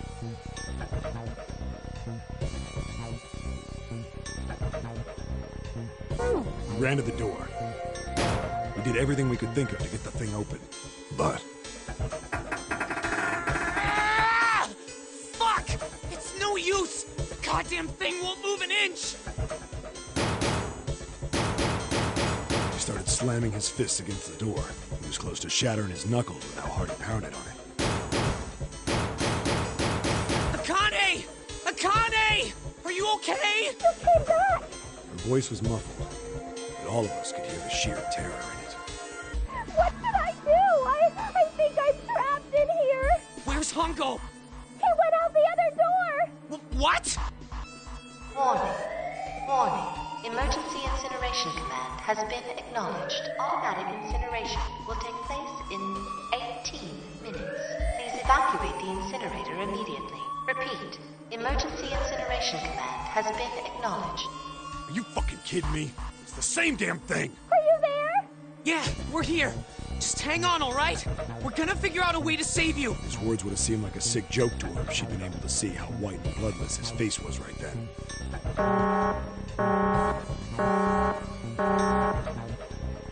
Incineration will begin in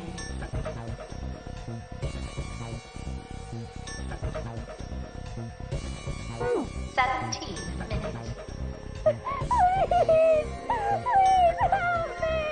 I'm really scared! I don't want to die! I don't want to die! I don't want to die! It's gonna be all right. I'll figure something out. I promise. I promise, okay? You hear me? I promise.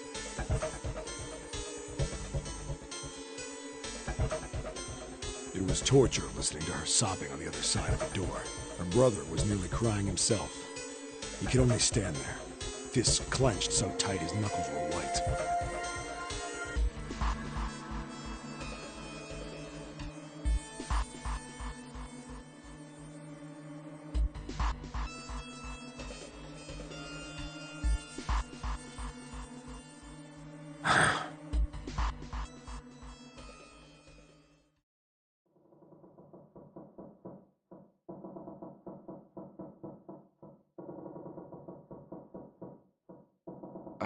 what happened then? Come on, man. Put yourself in my shoes.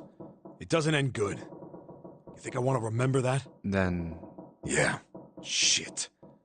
If I'd known it was gonna be like this, I almost wish I hadn't remembered. Hey, are you sure? Huh? Look, I don't want to ask this either, but there's something I don't get. So if you could just tell me, did that girl, Akane, really... Yeah, I'm sure. There wasn't anything we could do. After a while, the countdown ended, and we heard something... burning. The fire stopped, but we still didn't move. Me and the jacket kid were frozen. The boy in the uniform collapsed as if he couldn't hold himself up anymore. A few minutes passed. The door opened.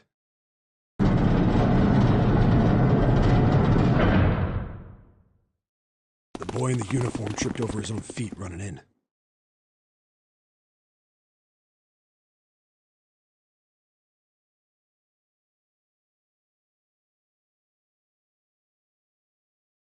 We followed, too numb to speak.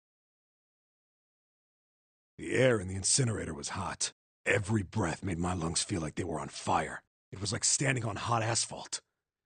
The air was wavering, and in the middle of the room, there it lay.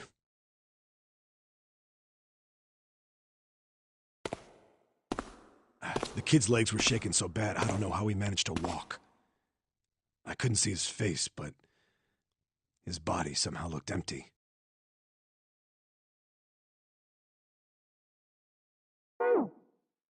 Finally, he reached it. He fell to his knees as his legs gave out on him. And then...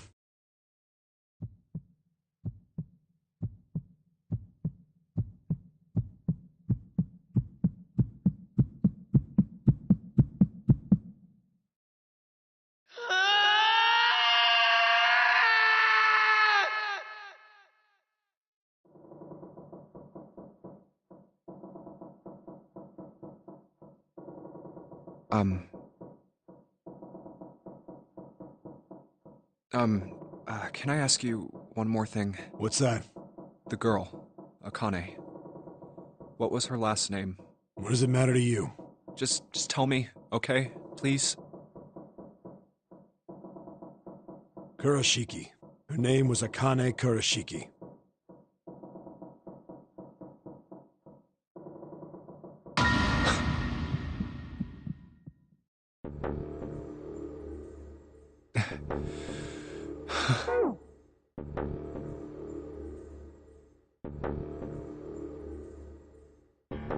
You were there that day, weren't you? The tall kid in the jacket. That was you, wasn't it? Yes, it was. You are correct, Detective. Don't misunderstand me. I told you before how Zero threatened me. There was nothing I could do. I couldn't say anything about what happened 9 years ago. So you're saying you're not working for Zero, right? Of course not. Clover. Hey, come on! You really think I'm working with Zero? I told you before, you idiot! I was in Nevada, in Building Q. I did hear that a detective rescued the kids on the boat, but I didn't know it was you.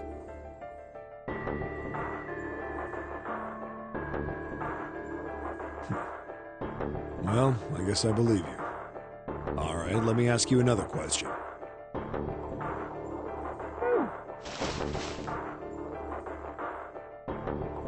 Santa's real name is Aoi Kurashiki. He's Akane's brother. You know that? No, I didn't. Did you? Well, yes. I know Aoi Kurashiki was her brother. But I didn't know he was Santa. At least not from the beginning. 9 years ago, he was in the middle of puberty. His voice is entirely different now.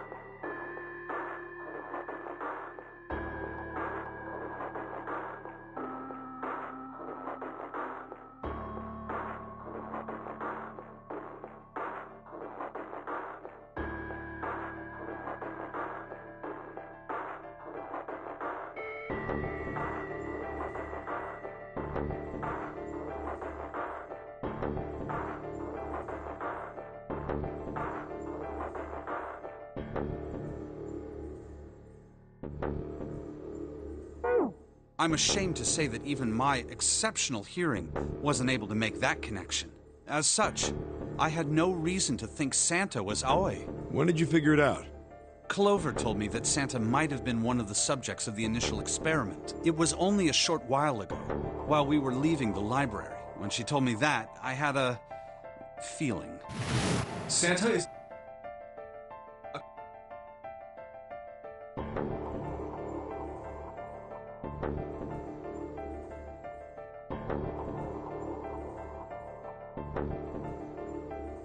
There's still a lot we don't know. I mean, like, a lot. But there is one thing I think we can say we know. What's that? The body we found in the shower room. It had to be Nijisaki, dressed up to look like Snake. What? Come on, man, what kind of detective are you? You didn't figure that out already? Hey, go easy on me, man. I just got my memory back, all right? Cut me some slack. Well, if he is, the 3 murders make sense then, don't they? Yeah, that's right. Murder. Kubota blew himself up, but that was murder too. So why did these murders take place? If Junpei is correct, and the body in the shower room was Nijisaki's,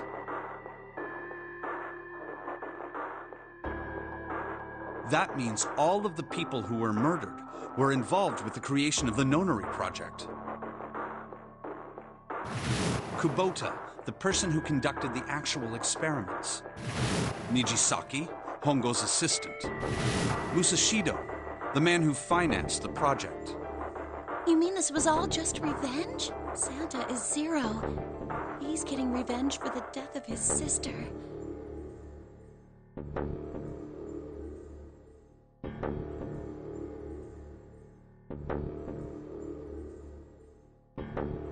That's why he killed them. No, I don't think Santa actually murdered anyone.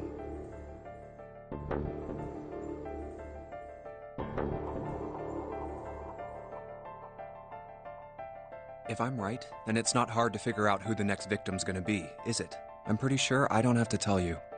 Yes. Yep. Right. The next target will be Gentaro Hongo. The person who planned the Nonary Project. In other words, Ace. What? What the hell's going on here? It must be 6 a.m. Our time is up. Shit! Come on, we need to get out of here. How?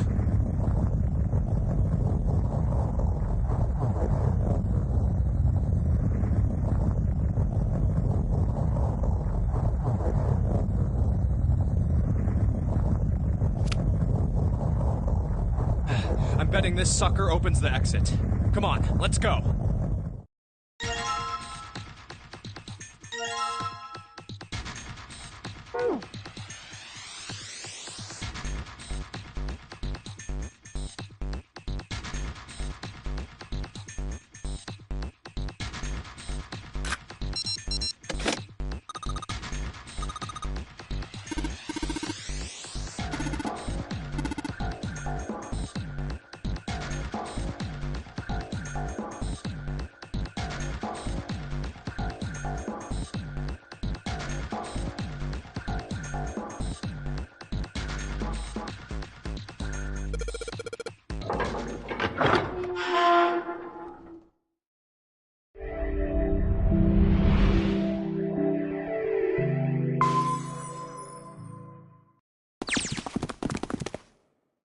Huh. I think the shaking stopped.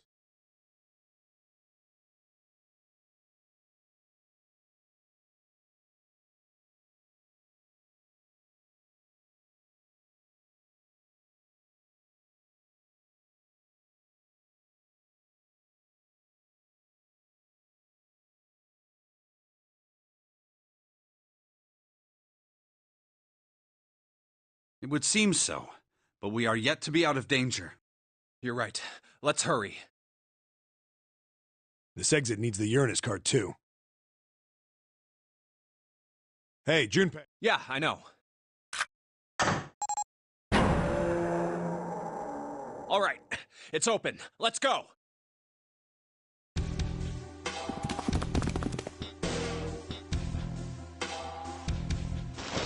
Okay, Neptune Key, let's see if you work. Yes! I think it unlocked.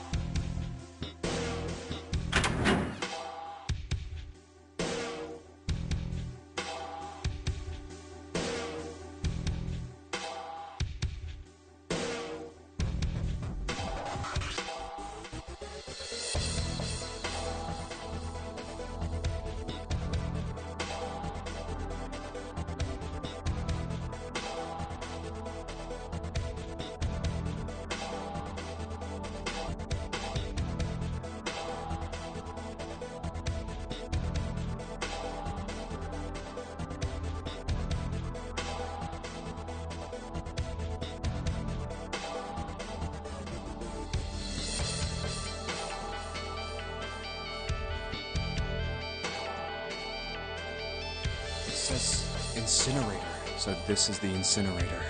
This is the first time I've seen it from this side, but yeah. Then there ought to be a lever near the door. Yeah, right here. Pull that and the door should open. Got it.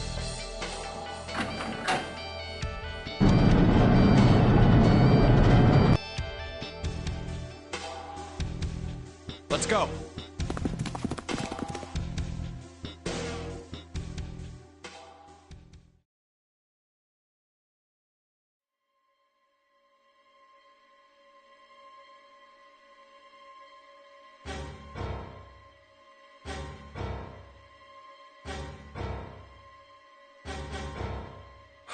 What the hell is going on?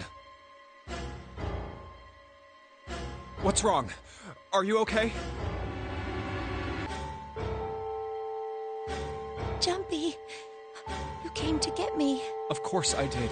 I made a promise. I'm so glad you're here. So glad. Hey, what happened to you? I'm fine. I just fainted. I wasn't feeling very good. I'm feeling a lot better now, though. Are you sure? Yes. I just need to rest a little longer. I'm sure I'll be fine. You shouldn't worry about me. Santa. Hey, where is it? Where's the gun? You hide it somewhere? I don't have it. I got sucker punched and they took the gun. What? Who took it? What? Isn't that obvious? I took the gun. Ace.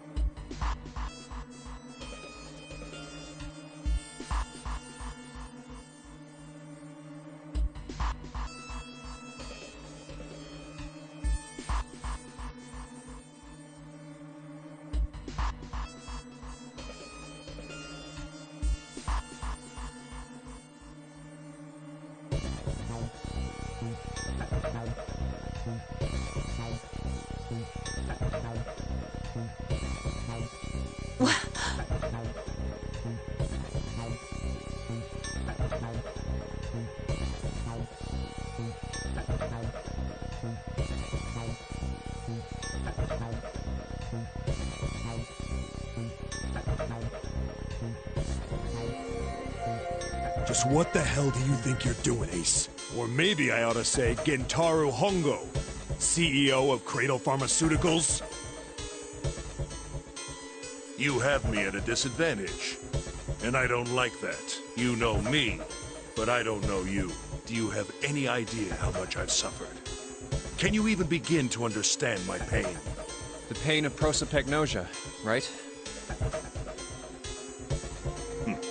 Another irritating insect. And how do you know that? Good question.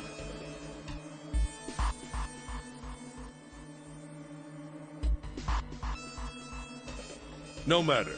If you don't want to answer, it makes no difference to me. This is a waste of time anyway. It's time for me to go.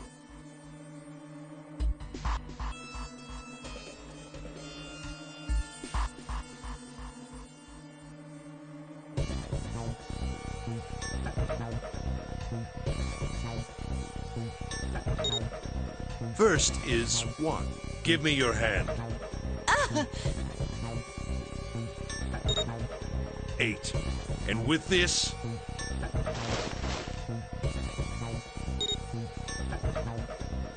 9.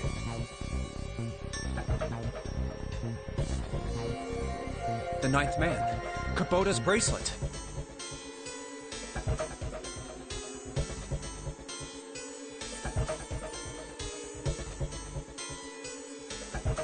I believe I've won this game.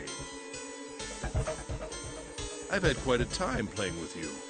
I must thank Zero, I suppose. Wait, what? Ace doesn't know who Zero is.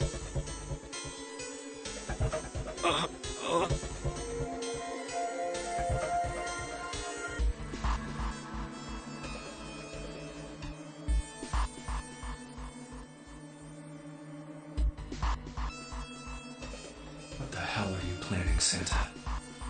At any rate, this game ends now. I will escape, and the rest of you will have a slightly less pleasant ending.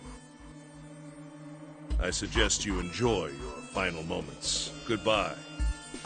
Wait!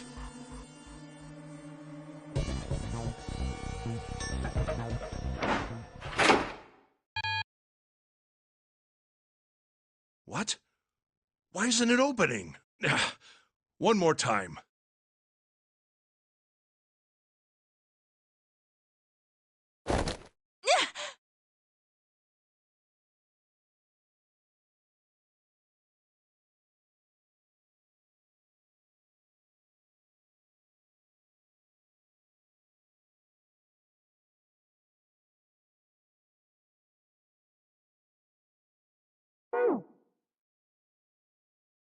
Now open!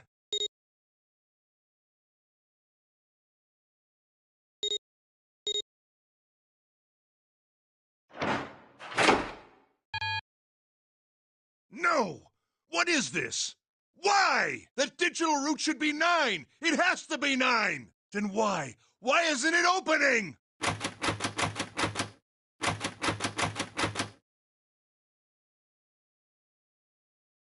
Now!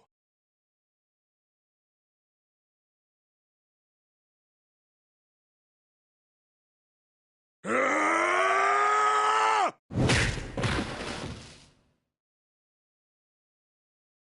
No!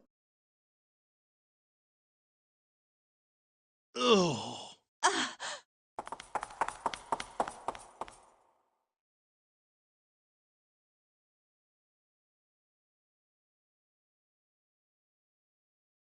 Oh, that was close. Too close. Thank you, Seven. Don't mention it. Just one punch ain't enough for this piece of shit. After what he did 9 years ago, I ought to rip him to pieces. But if a suspect can't talk, they ain't much good. Once he's locked up in a cell, we're gonna have a little chat. 9 years ago? Then you must be...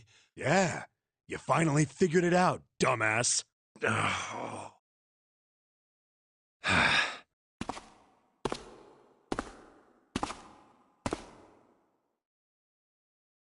Ace, you killed Kubota, Nijisaki, and Musashido, didn't you? Wait, Nijisaki?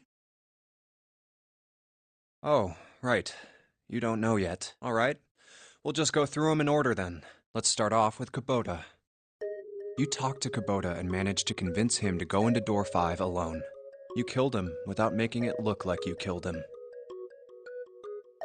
The way I figure it, you had 4 motives. 1.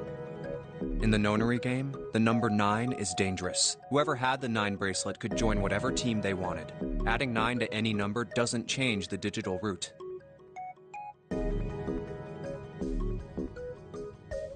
Which means that number 9 could do whatever they wanted. You wanted to remove that threat as soon as possible. 2. You wanted the number 9 bracelet for yourself, so that you could make use of its power. In fact, you did use it in the murder of Nijisaki. 3.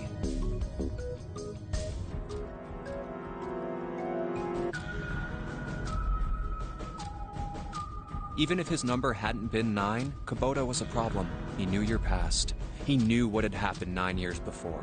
You needed to silence him before he told anyone. 4. But last, and perhaps the most disturbing, you used Kubota as a test. You wanted to know how serious this nonary game was. Was it truly life or death, or simply a harmless prank? You convinced him to break the rules so you could see what would happen. That was why you killed Kubota.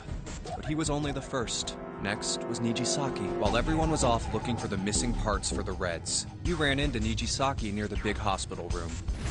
However, because of your prosopagnosia, you didn't realize he was Nijisaki, chiefly because, when you met him, he was dressed like Snake. That was why you thought Nijisaki was Snake. No, that's not... That was Nijisaki? Why? How did... I'll get to that. Anyway, you thought he was Snake. Snake was one of the kids in your experiment 9 years ago. You remembered him because he was the blind kid, but his presence made you think. Snake was one of my subjects 9 years ago. He probably hates me. But if that's true, why isn't he saying anything? Is he keeping quiet because he can't see? Or perhaps he's working with Zero to get revenge on me? Whatever the reason, anyone who knows my past is a threat. Before he tries anything, I need to get rid of him. That was when you decided you had to kill him. The murder weapon was Kubota's bracelet. You just waved it over the Red.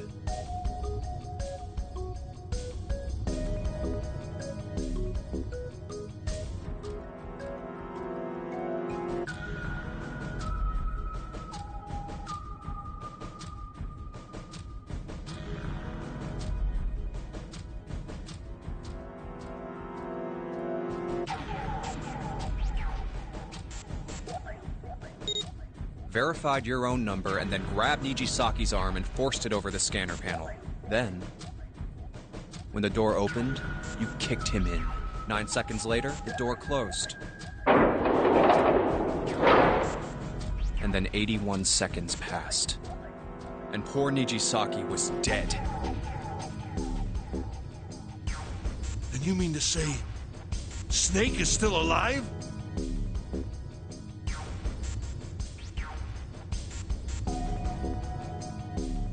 Sorry to disappoint you, but I'm as good as new.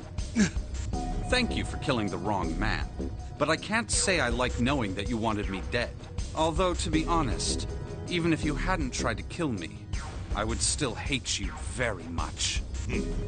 Well, I wouldn't blame you.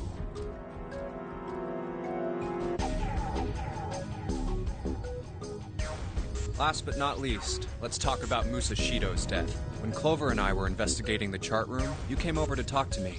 Do you remember what you said? Oh, a pocket watch. Might I take a look at it?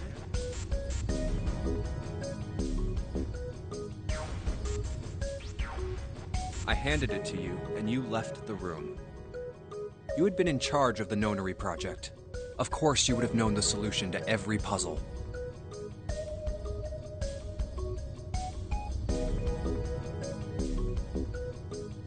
Which would mean that you also knew how to get out of the wheelhouse. All you had to do was place the watch in the indentation on the door to unlock it. With the door open, you could enter the captain's quarters.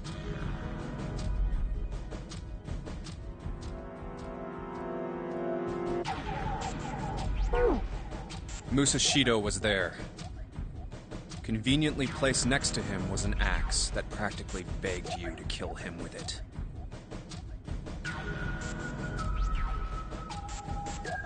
You picked up that axe and buried the blade deep in the other man's chest.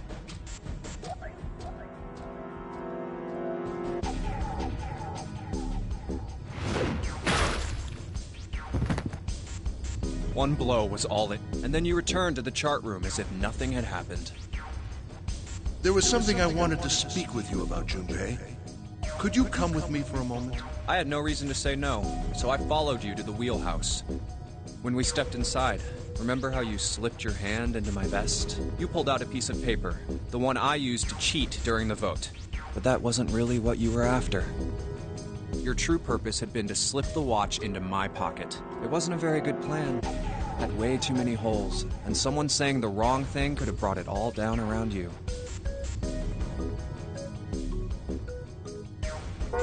You must have been desperate. But what made you willing to risk it all to do it? Ace. Musashido's murder is the only one I don't understand. You obviously did it. But why? Because of this. What's with the paper? Just read it. Let's see. Number 1. There are 2 ways you might survive this ordeal. The first is to win the nonary game.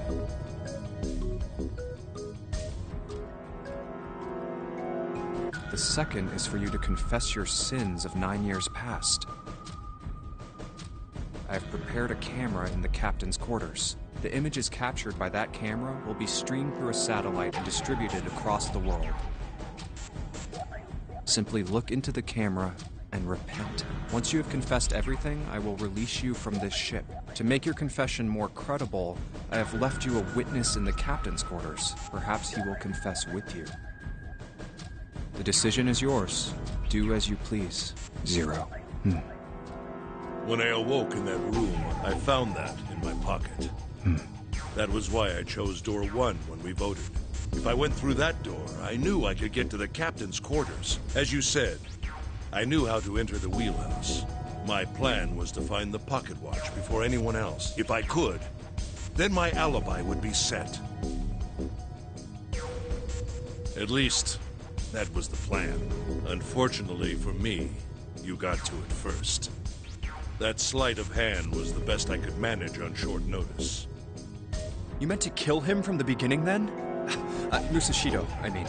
I only knew Musashido was the witness after I reached the captain's quarters. I asked him, and he answered. He seemed groggy.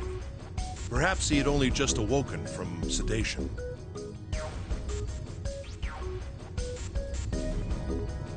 I suppose Nijisaki was in much the same state. He seemed confused and disoriented when I encountered him. But yes, you are correct. I intended to kill him from the beginning, even though I didn't know who he was. I proceeded to the captain's quarters in order to remove this so-called witness.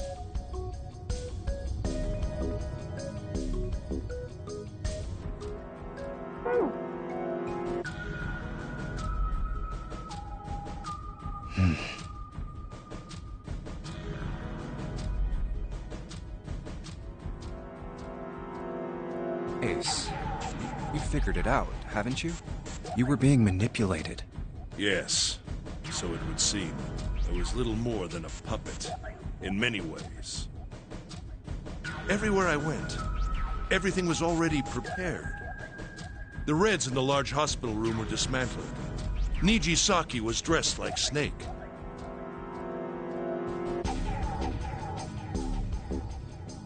There was an axe in the captain's quarters. Musashido was delirious from the anesthetic, so he couldn't fight back. Nijisaki as well. In retrospect, I can't understand how I could have fallen into such a simple trap. But yes, this was a trap. It was Zero's trap. And I fell for it, hook, line, and sinker. I did everything he wanted me to do. Yeah. By manipulating you, Zero was able to kill 3 people and keep the blood off his own hands. All of this was revenge for what happened 9 years ago. That's why this nonary game happened. Am I right? Santa?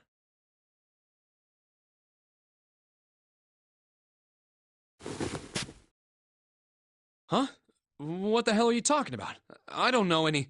Ain't no point trying to play dumb anymore, Santa. Actually, I guess I should call you Aoi Kurashiki, huh? My memory came back to me, kid.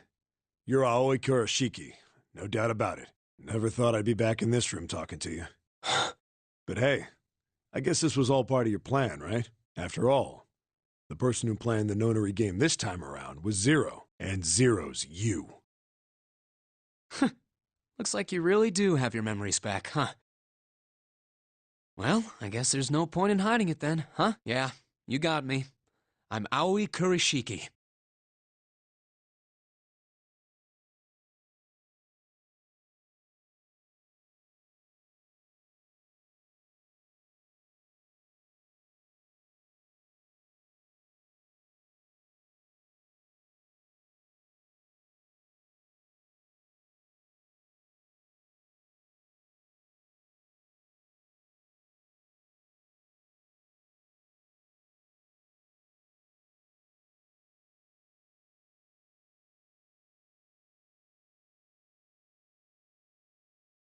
I was one of the kids in the nonary game 9 years ago.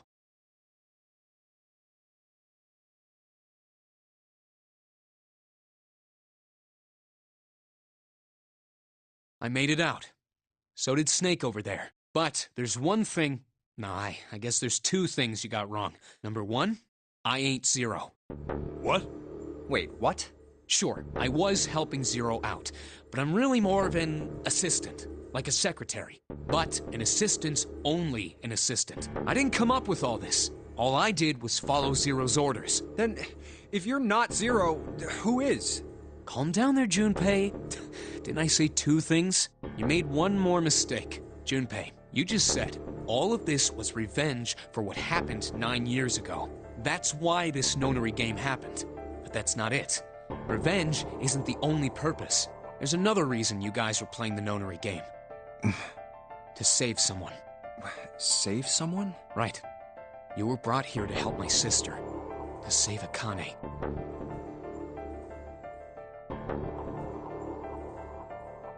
What the hell are you talking about? Akane Kurishiki died 9 years ago in this room.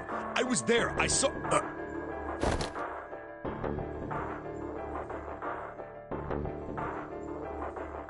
What? What the hell?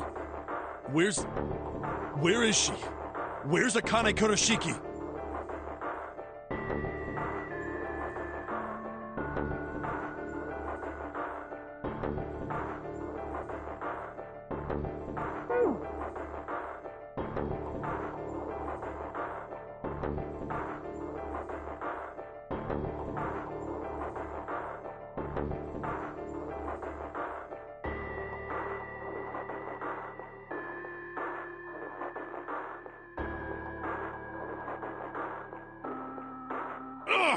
Oh, my head!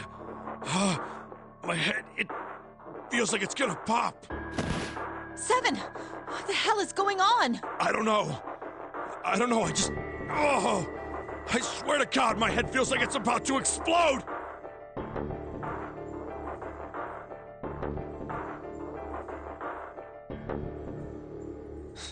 What was the Nonary Project?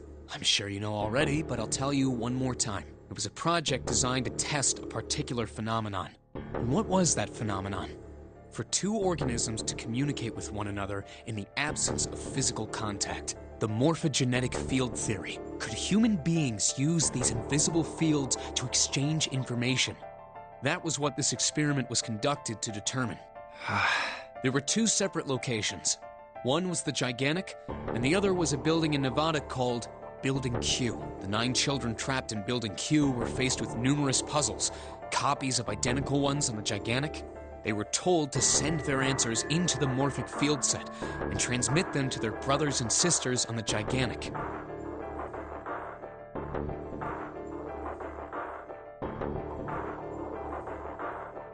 The transmitters were put in Building Q, and the receivers were put on the Gigantic. Each sibling pair was supposed to be split up, but there was a mistake. Akane was a transmitter. She should have been in Building Q. However, for some reason, she was placed on the Gigantic with the receivers, like me. Perhaps she was mistaken for someone who was supposed to be in Group A. Whatever the case, Akane ended up on the Gigantic. I think I've told you enough. You get it, don't you? I'm pretty sure you know where this is going, Junpei. Where what is going? Don't play dumb. You know things you shouldn't. Things you couldn't.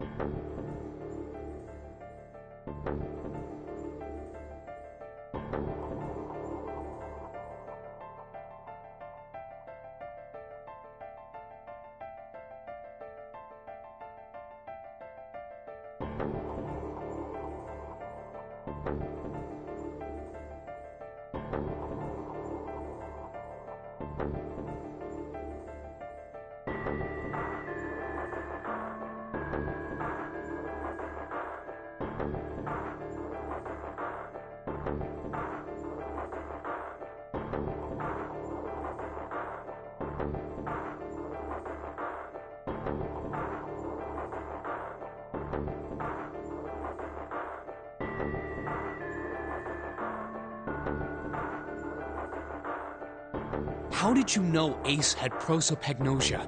How did you know why Ace wanted to kill Kubota and how Nichisaki was killed? Were you surprised when you found out Ace was Hongo? And what about the coffin Snake was trapped in? How the hell did you open it? Well, that's...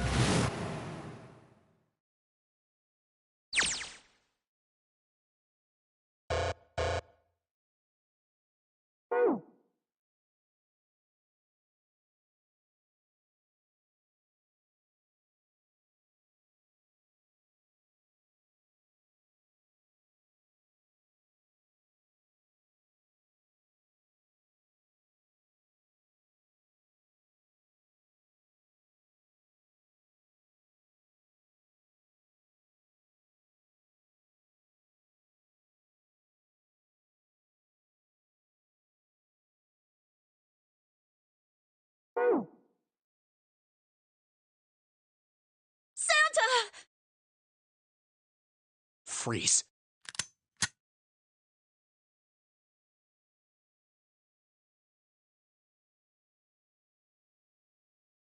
Get up.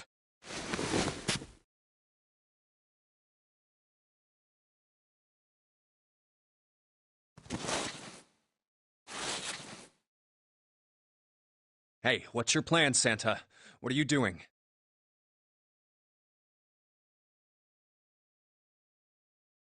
Didn't I tell you? I'm Santa Claus. It's time for me to go make a wish come true.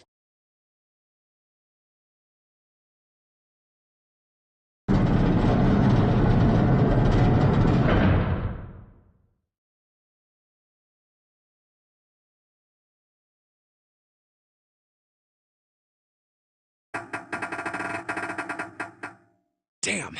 Well, it looks like this door isn't opening anytime soon. Oh, you mean we're trapped?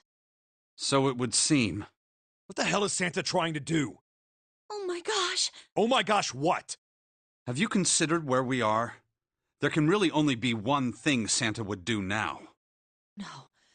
No, you can't be serious.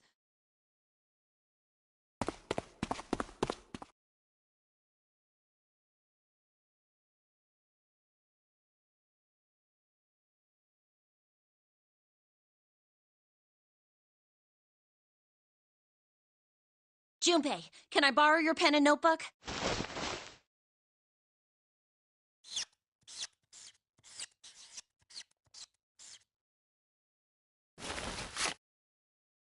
What the hell are you doing, Clover? Give me that!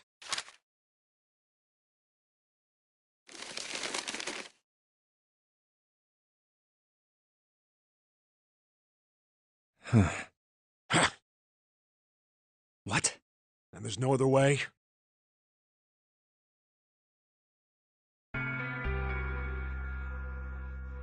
It's okay. Go. Lotus. Come on, you know we can't do that. Don't give me that. I'm sure you'd love to get rid of me. God damn it, you idiot! Without... if you're not... Look, it'd be bad, all right? Bad? Yeah. If there weren't assholes like you around, I'd be out of a job. Uh-huh. Look, I'm just not leaving you behind, all right? End of story. 7. He's right. I'm not leaving you either. Me too. You didn't honestly think I'd abandon you, did you? You're all idiots. That being said, however, I doubt we would be able to open the door anyway, even if we were to leave Lotus behind. Huh? What? I trust you remember what happened to Ace?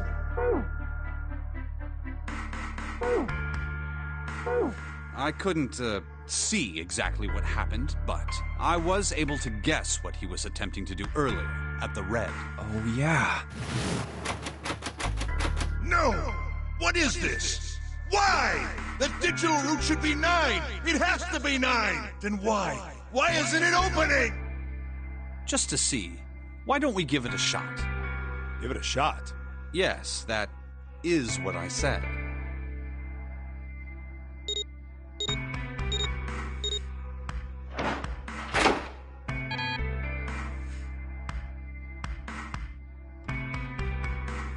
You were right. It ain't opening. But it did open 9 years ago. The digital route was 9 then, I'm sure of it. You think maybe they changed the settings? Perhaps.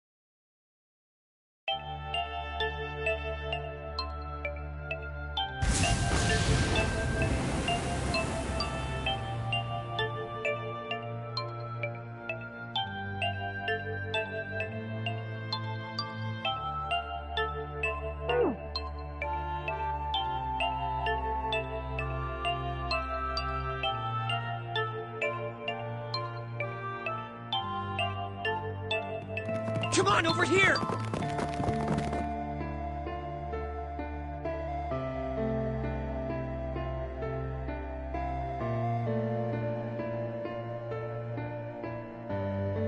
Come on, hurry up!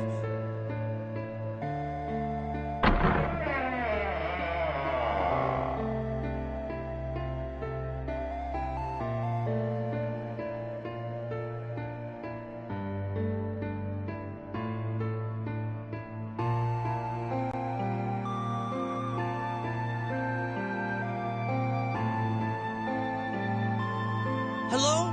Everyone? Could you come over here for a moment? I have a little sister. She is very important to me. Right now, she is over in Building Q and is desperately trying to send information over to me. Her name is Clover, and today is her 9th birthday.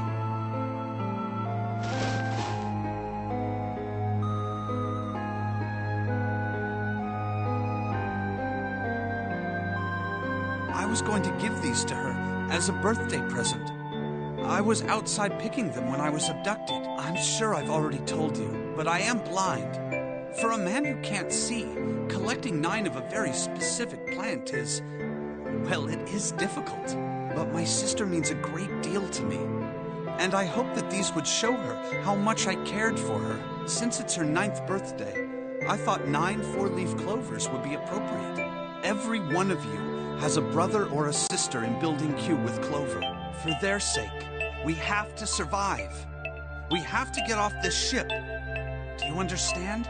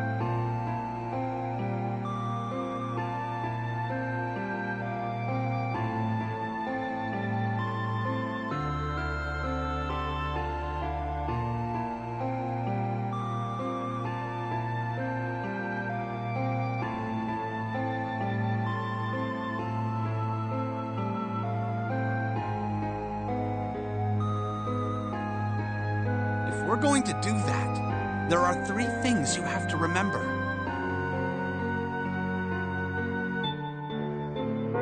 We need trust and love, and we have to have faith in one another. If we can take all 3 of those to heart, then I promise that good luck will come our way. Did you know that the leaves on the 4-leaf clover mean faith, trust, love, and luck? Those words are leaf words. So if you believe what I've told you, and you understand, then I want you each to have one of these. They're a promise between friends.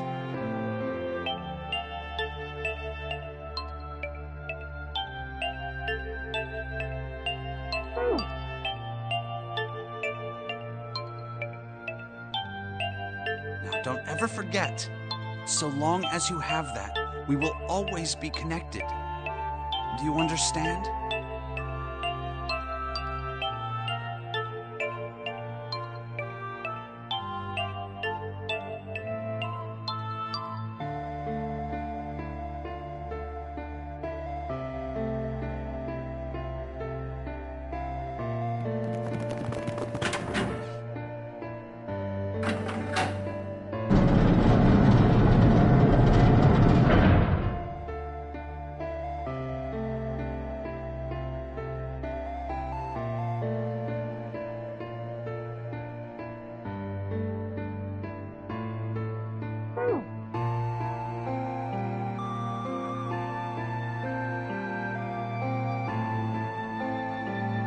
What are we gonna do? There aren't any other doors.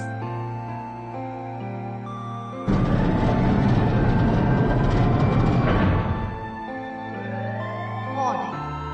Emergency incineration command has been acknowledged. Automatic incineration will take place in 18 minutes. Please evacuate the incinerator immediately. Repeat. Emergency incineration command has been acknowledged. What? What's happening? What did that thing say? That didn't sound good. I think it means this room is gonna burn. Burn! The plaque on the door says incinerator.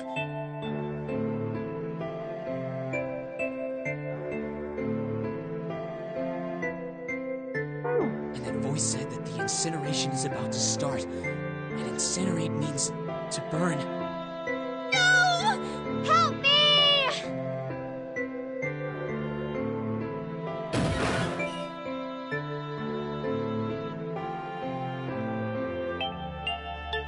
Don't worry, kids. I'm not your enemy. I'm one of the good guys. I'm a detective. I'm here to rescue you.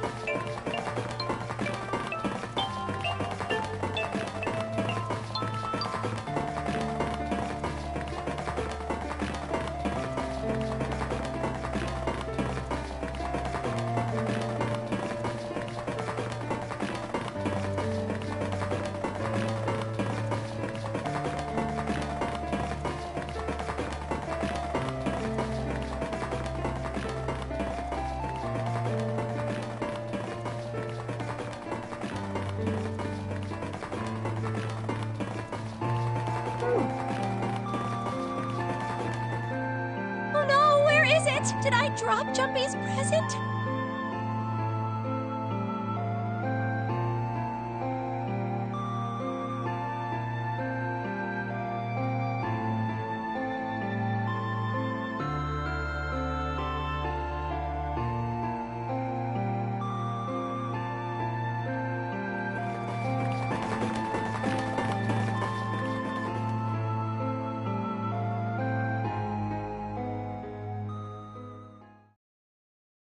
There it is!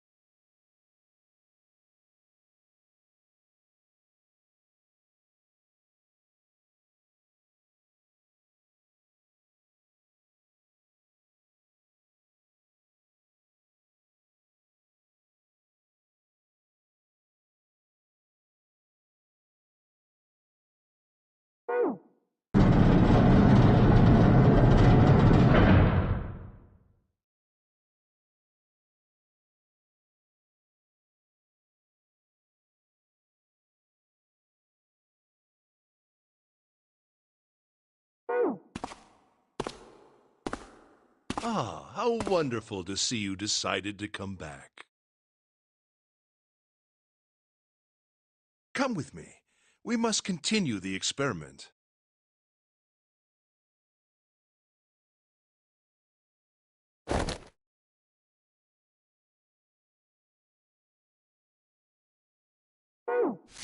I said, come with me.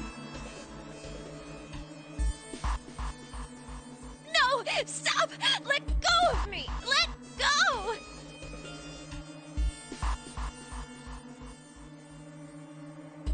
Stop struggling, goddammit! Do as I tell you! Help me! Somebody help me! Akane!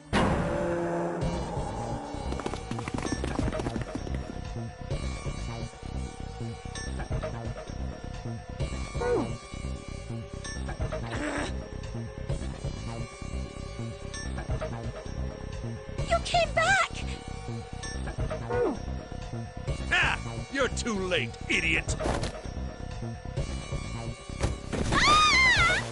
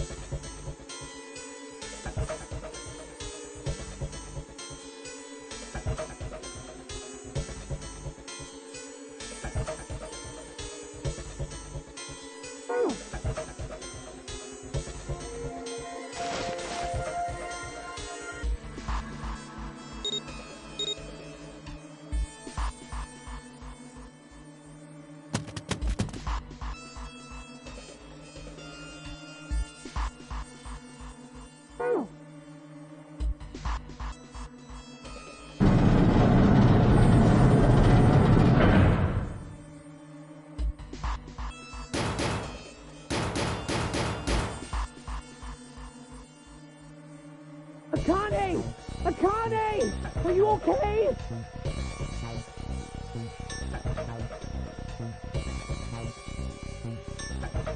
Help me!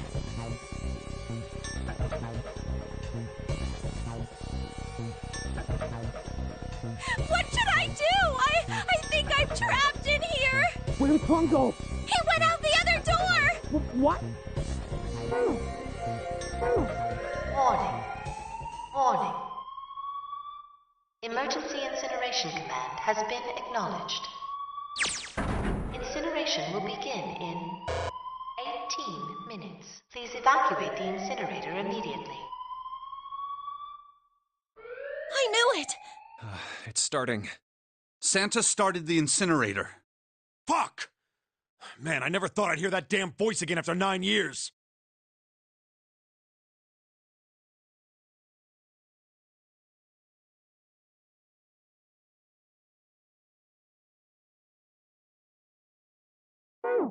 What the hell? What the hell? What in God's name are you talking about? It's 9 years th-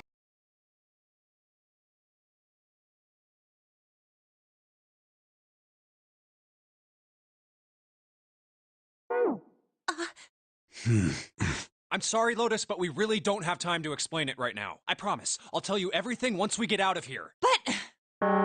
Incineration will begin in 17 minutes.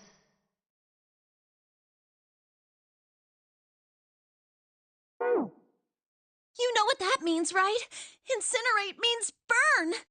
what kind of idiot do you think I am? I know what incinerate means. Well, God damn it! Okay, fine. I won't ask anything else. Talk about whatever you want. But you have to do something for me. 7, figure this out. What? Why me? Just shut up and stop this thing. How the hell? There has to be some sort of emergency shut-off button. There isn't anything like that. How the hell do you know? Because I looked for it 9 years ago.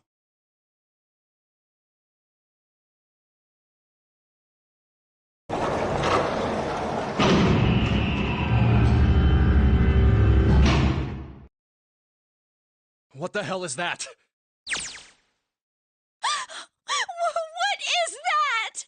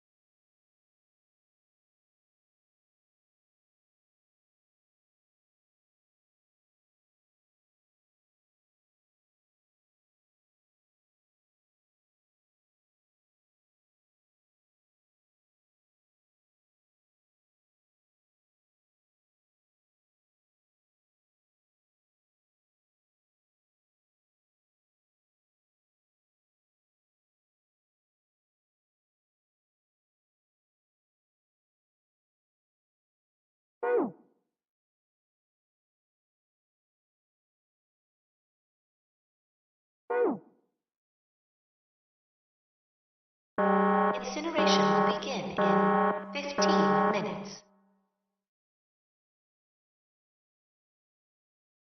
Hey, move!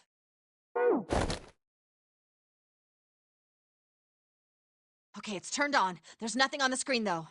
Oh, this is bad. This is really bad. If there's nothing on here, how are we supposed to do anything with it?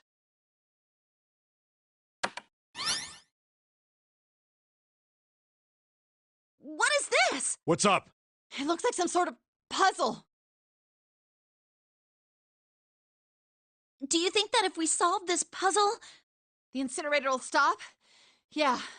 Well, we can hope, right? Incineration will begin in 13 minutes.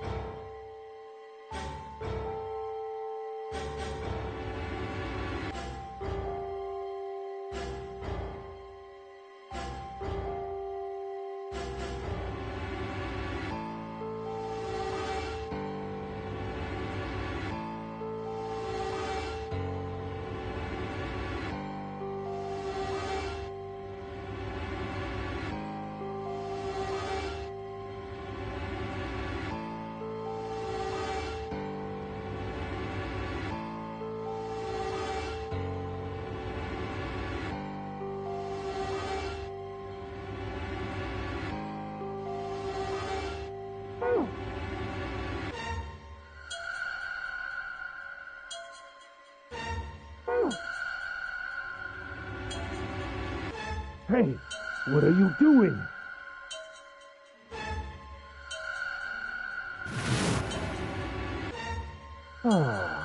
Don't know what to do. It's simple, really. But I suppose I might as well tell you. Just solve the puzzle on that machine. You're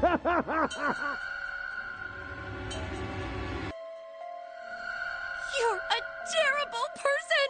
I hate you! Oh, my.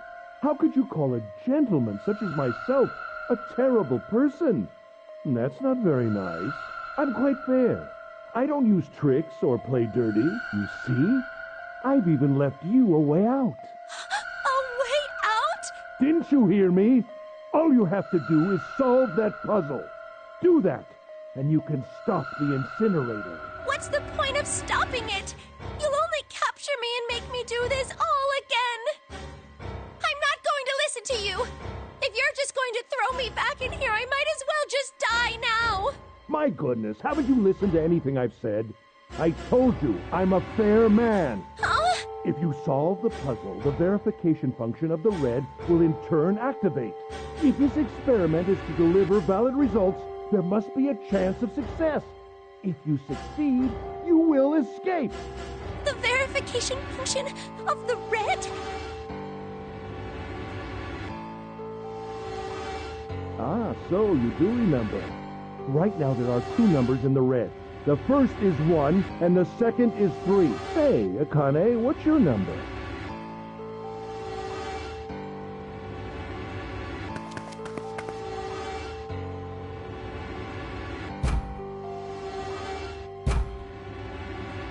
You really aren't one for listening, are you? I've already told you, didn't I? Once you solve the puzzle, the verification function of the red will activate. In other words, if you haven't solved the puzzle, you can't enter your number. What kind of fool are you? Why are you doing this? You could never understand. You don't know what it's like to spend every day surrounded by monkeys. Now start the experiment. Solve the puzzle. I can't! I don't know how! Of course you don't. Isn't that the point? You understand, don't you? Access the morphogenetic field and find the solution. I can't! Then you'll die. You'll burn alive. It's gonna be quite hot in there in a few minutes. I imagine it'll be very painful.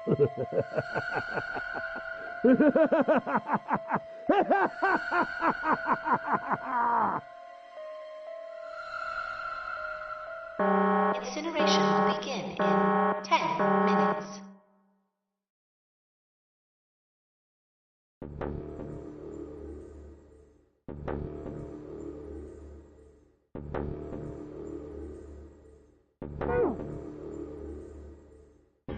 I can't.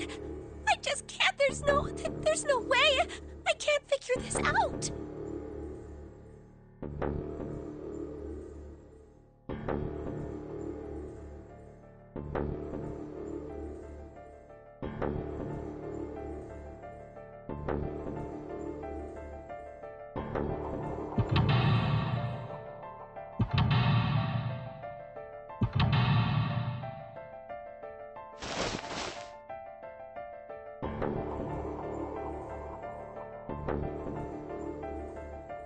Help me! Jumpy! Help me! Help me! Help me! Jumpy! Jumpy! Jumpy! Please! Help me! Jumpy! Akane?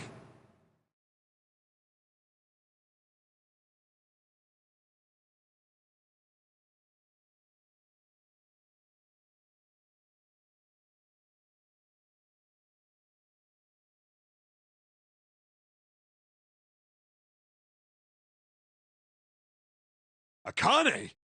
Who the hell is Akane? Shut up! Just shut the hell up!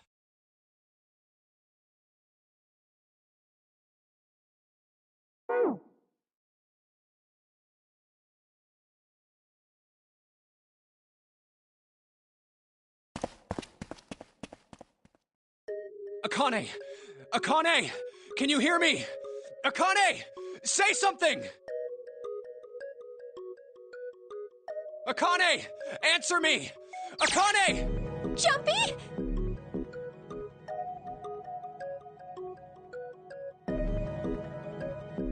Jumpy! Akane! Jumpy!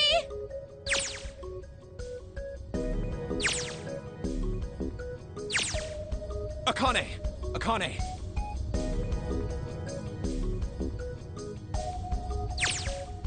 Yes, I am! How did you know?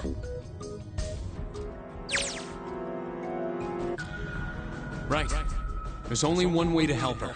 You were brought here to help my sister. To save Akane. Incineration will begin in 7 minutes. Jumpy, we don't have time!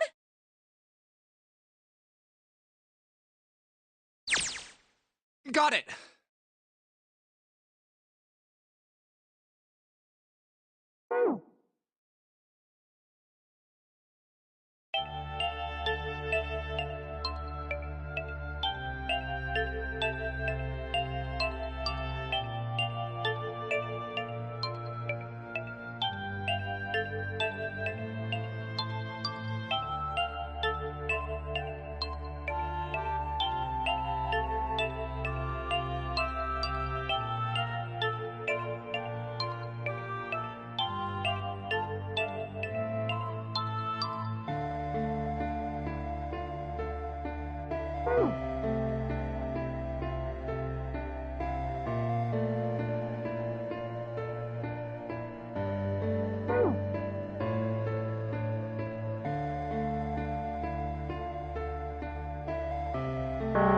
Incineration will begin in 6 minutes. Jumpy! Yeah, I know. Just hang on, all right? I promise I'll get you out of there.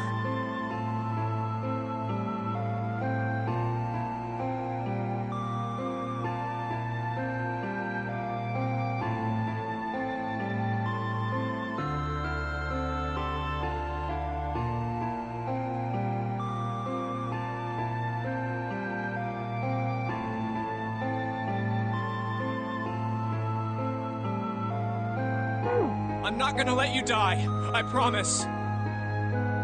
So don't worry, all right? Just give me a few minutes, okay? Okay.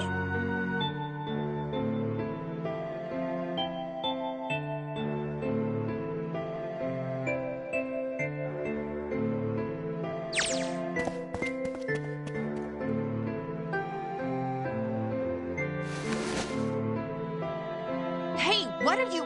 Just trust me, okay?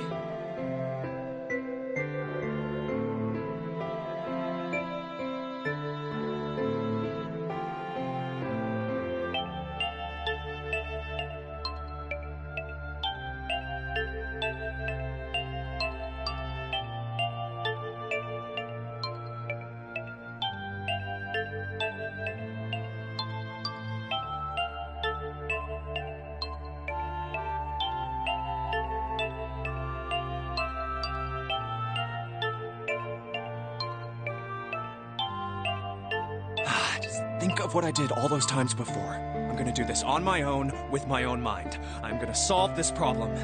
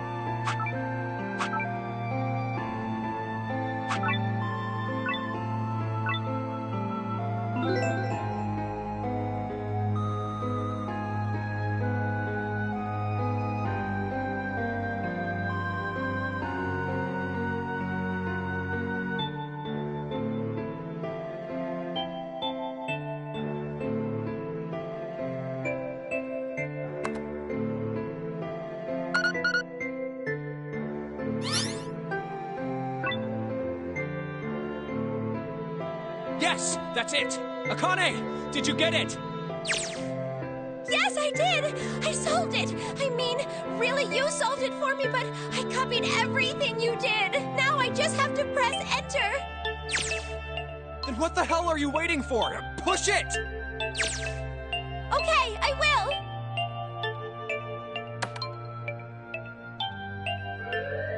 Emergency shutdown command has been confirmed. Incineration system has been disabled.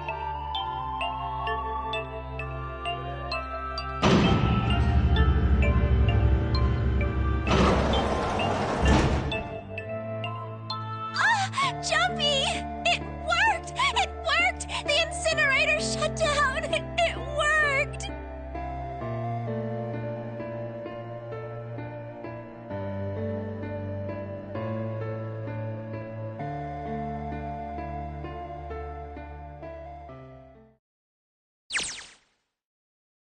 Whew.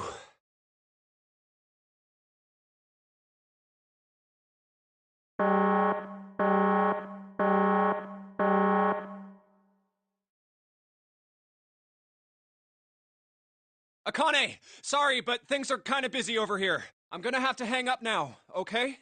Oh, of course! That's fine!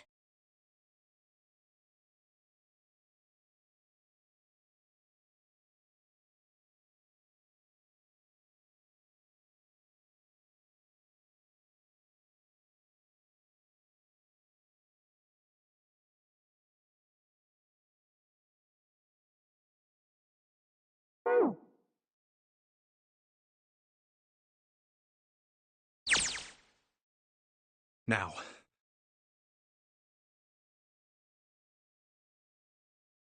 Junpei, are you...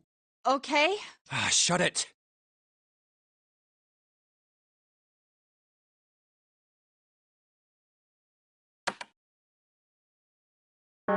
Incineration will begin in 90 seconds.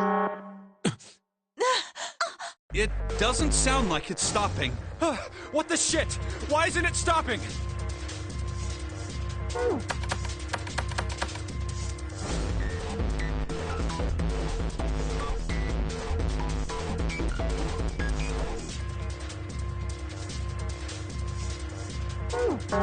Incineration will begin in 60 seconds.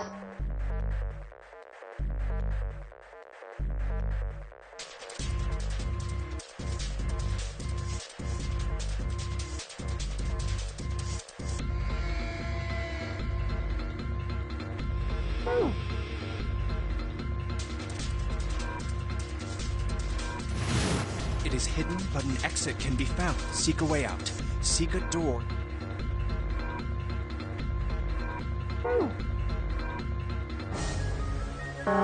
Incineration will begin in 30 seconds. Run, guys! Get to the door! Run!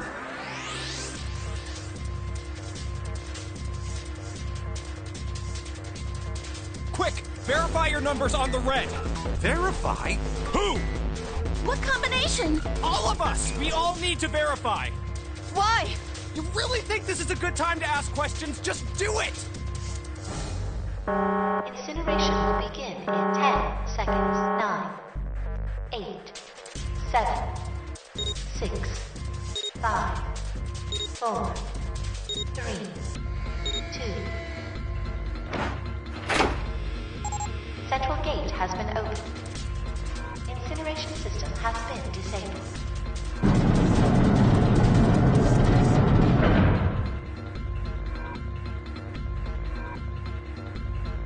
Hurry! We've only got 9 seconds before the door closes! Go, go, go!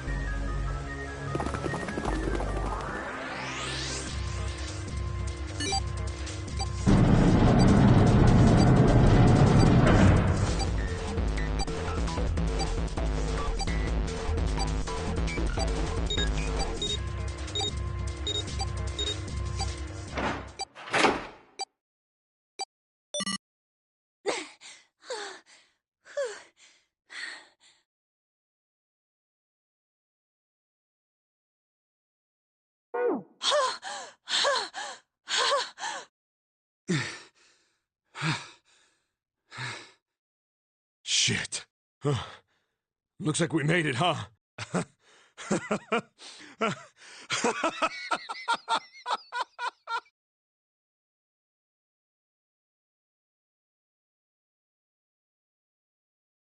Akane? Akane! Can you hear me? Akane!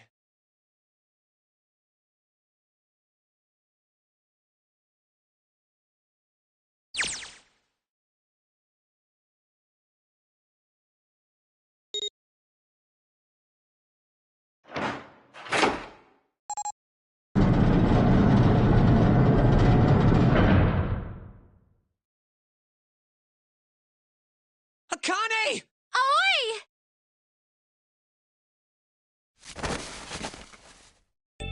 Oh, oi! Akane!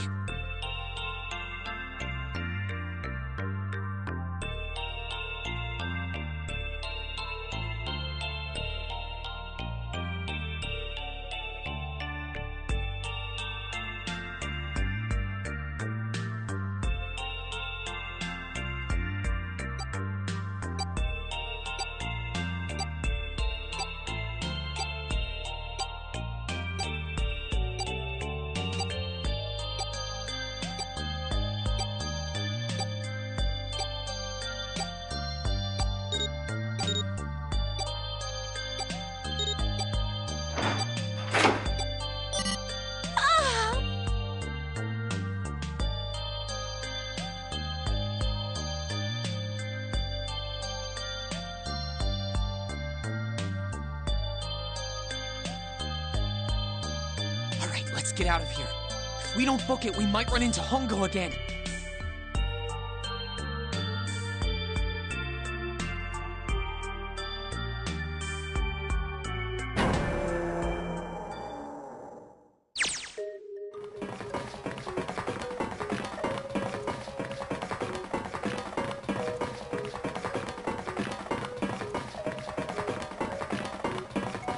Hey, Junpei, can I ask you something? What's up? That door, the one with the 9 on it. Why'd it open? Yeah, all 5 of us verified our numbers on the red. 2 plus 4 plus 5 plus 7 plus 8 is 26. That makes our digital route 8. It shouldn't have opened. That's not like you, Lotus. I thought you would have figured it out already. Huh? Why? Because you were the person who taught me about the idea of bases. Bases? Yeah. What are the 2 numbers in base 2? 0 and 1. How about base 10? That goes from 0 to 9, right? Then how about base 16? 0 through F. After 9, it starts at A and goes from there. B, C, D, etc. You're right. In other words, A in base 16 is 10 in base 10. B is 11, C is 12, D is 13, and so on. So, what about it? You don't get it? What if we keep going with that pattern? What if you go way past base 16 all the way to base 27? Base 27? Yeah. Well, the numerical digits are the same, so I guess you'd add alphabetical digits. E is 14, F is 15, G is 16, H is 17, I is 18, J is 19, K is 20, L is 21, M is 22, N is 23, O is 24, P is 25. Yeah, and? What comes after that? Q. 26!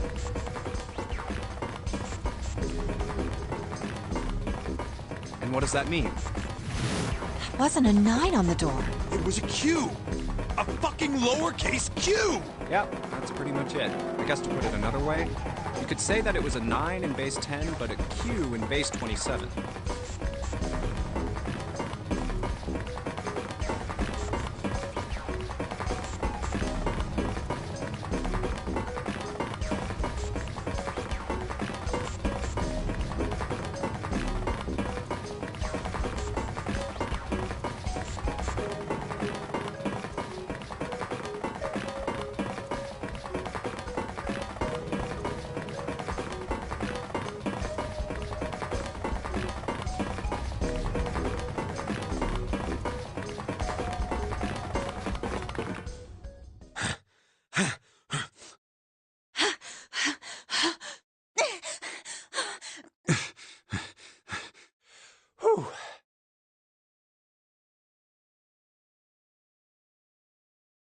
All right, I'm gonna open it. Yeah. Yes. We're finally here! Please do.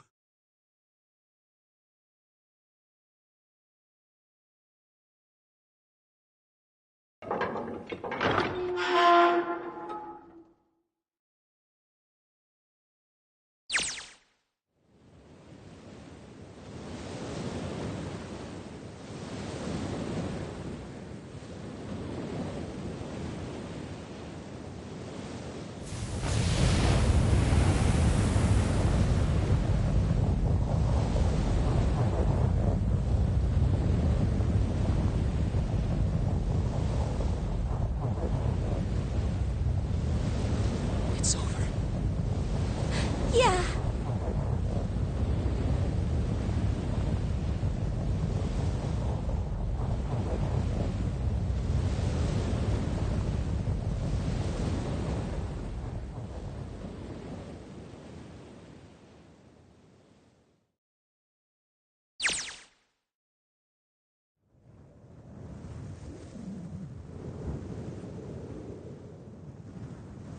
No. What? It can't be. This is...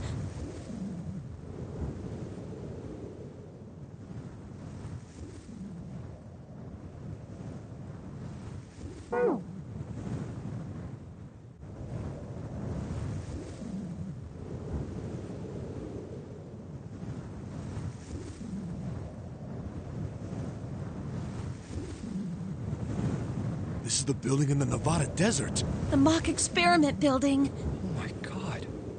This whole time we were in Building Q.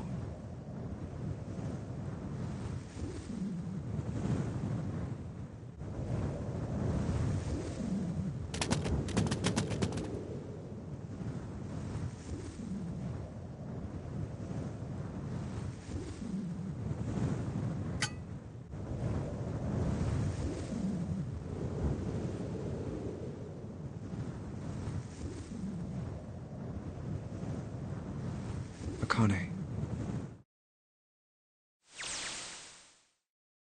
Jumpy!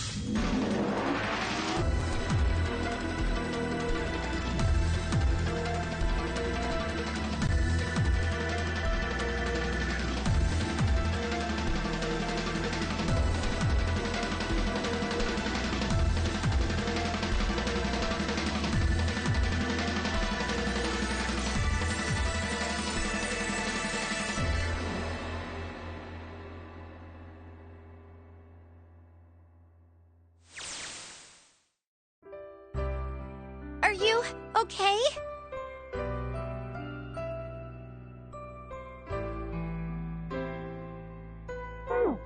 Oh, come on. This is nothing. Really? Yeah. You don't look okay.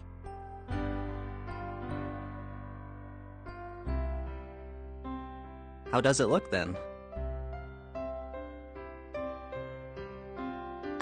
Well, let's see. It looks like you kissed a toad and got warts, but then they just kept growing and growing and growing. What does that even mean? Ow, ow, ow, ow. See? I told you you're not okay. You're too reckless. You can't beat 5 8th graders, Jumpy. That's crazy. Yeah, but I couldn't just stand there. I mean, don't you think so? I had to do something.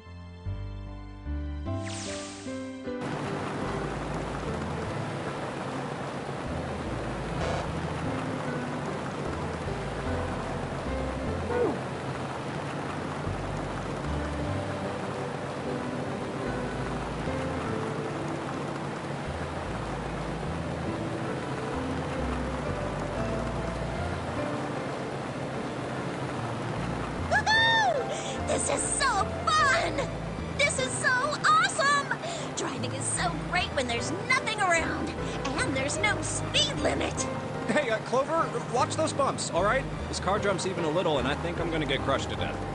Hey, shut it. I can't help if I'm big, all right? Suck it up. Why don't you drive, Seven? I'm a cop. I ain't gonna break the law.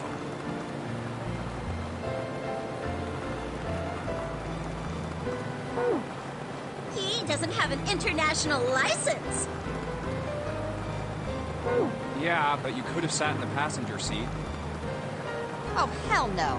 There's no way I'm giving this seat up.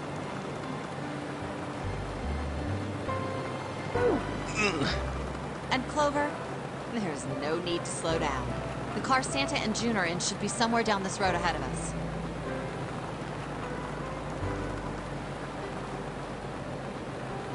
Yeah, I saw some fresh tire tracks going out. There's no doubt about it. Then we've got to hurry if we want to catch them, don't we? Sure thing.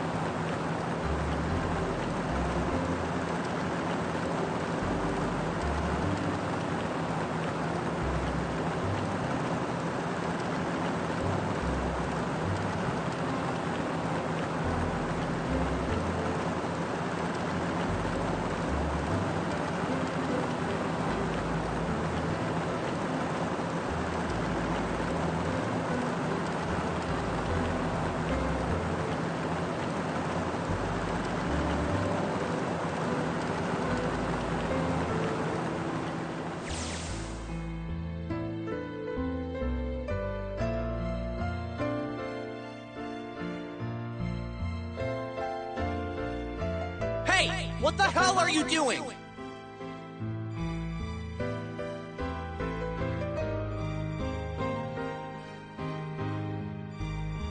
Help me! Officer, please! You have to come with me!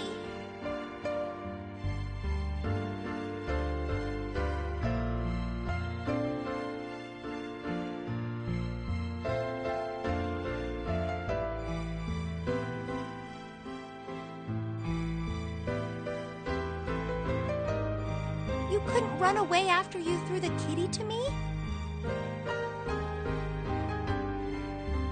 Yeah, I guess I could've. Then why didn't you? I didn't want to. I wanted to beat him up. Beat him up real good. Because of what they were doing to the kitty. Yeah, that too, but I think they were the ones behind those murders our first semester. Remember? Oh, you mean the bunnies. Yeah, the bunnies. They asked me what elementary school I was from, so I told them. And then they said they'd do the same thing to you that they did to the rabbits. I couldn't forgive them for that, so I...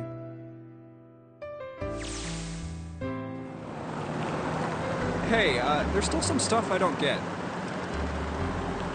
Like Ace. Well, I guess I should say Guitaro Hungo. Why did he create the Nonary Project? Anybody? Any ideas? Why don't you ask him yourself? He's still in the trunk, I assume?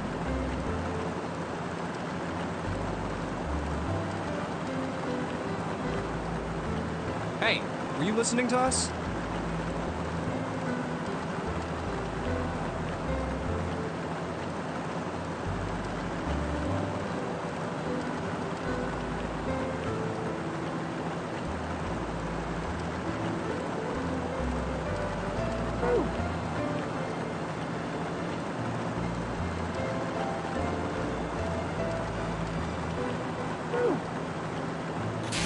Come on, I know you were. Answer me.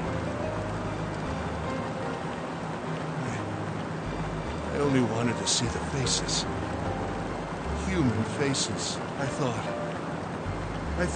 if I could gain the ability to access the morphic field set, then perhaps I could see faces. By peering into people's minds, you could understand how they were processing the expressions of others.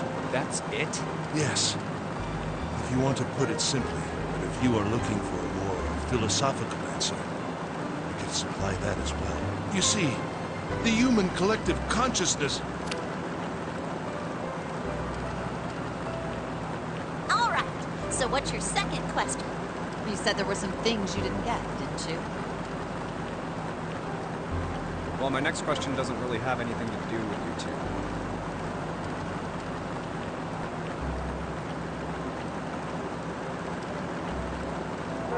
This is for you, Seven. It's about the whole Alice thing. What's the deal with that? Well, see, 9 years ago, after I escaped from the Gigantic, I kept going after Hongo on my own, hoping I'd catch him when he finally slipped up.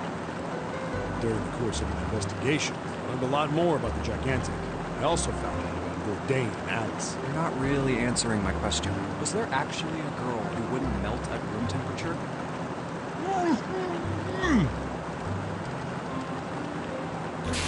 What? Alice doesn't exist. 9 years ago, I found Alice's coffin behind the library on the bottom deck. There was nothing in it but the root of a peculiar plant. My research determined that it was a member of the genus Mandragora, of the family Solanaceae. I was able to extract a particular alkaloid from it. I used that extract to create... Its creation was a tremendous boon to my firm, and we grew rapidly.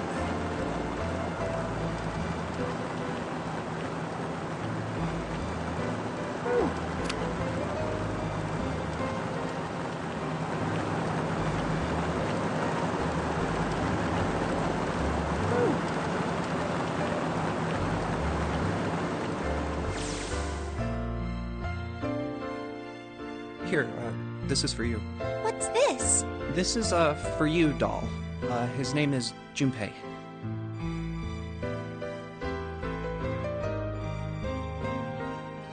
Jumpy, are you sure it's, for you, doll? Huh? Yeah, the lady at the shop said so, so that means it's for you, right? Are you sure it's not a voodoo doll? Wait, what? That's... Oh, man. Oh, man. Well, it sure looks like a voodoo doll. I mean, you do know what a voodoo doll is used for, right? Yeah, I guess calling it Junpei isn't a very good idea then. Why are you giving me this anyway? It just seems really sudden. Well, you know how after June, we aren't gonna get to see each other too much? I mean, we're gonna be in different schools, and I just thought I'd, Oh, okay, well, how about we call it June then? Okay. So, I wanted to give you this. You sound like some sort of tribal chief in a bad movie. Yes. I, head of tribe. This doll, traditional charm of tribe. So I give this, it me. So we always together. Oh, Jumpy. If something bad, then hold and pray. I go wherever you are. So here, take.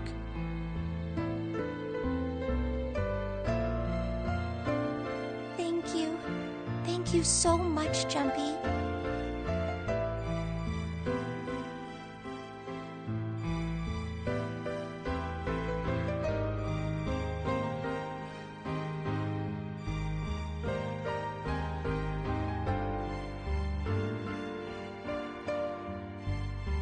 Jumpy.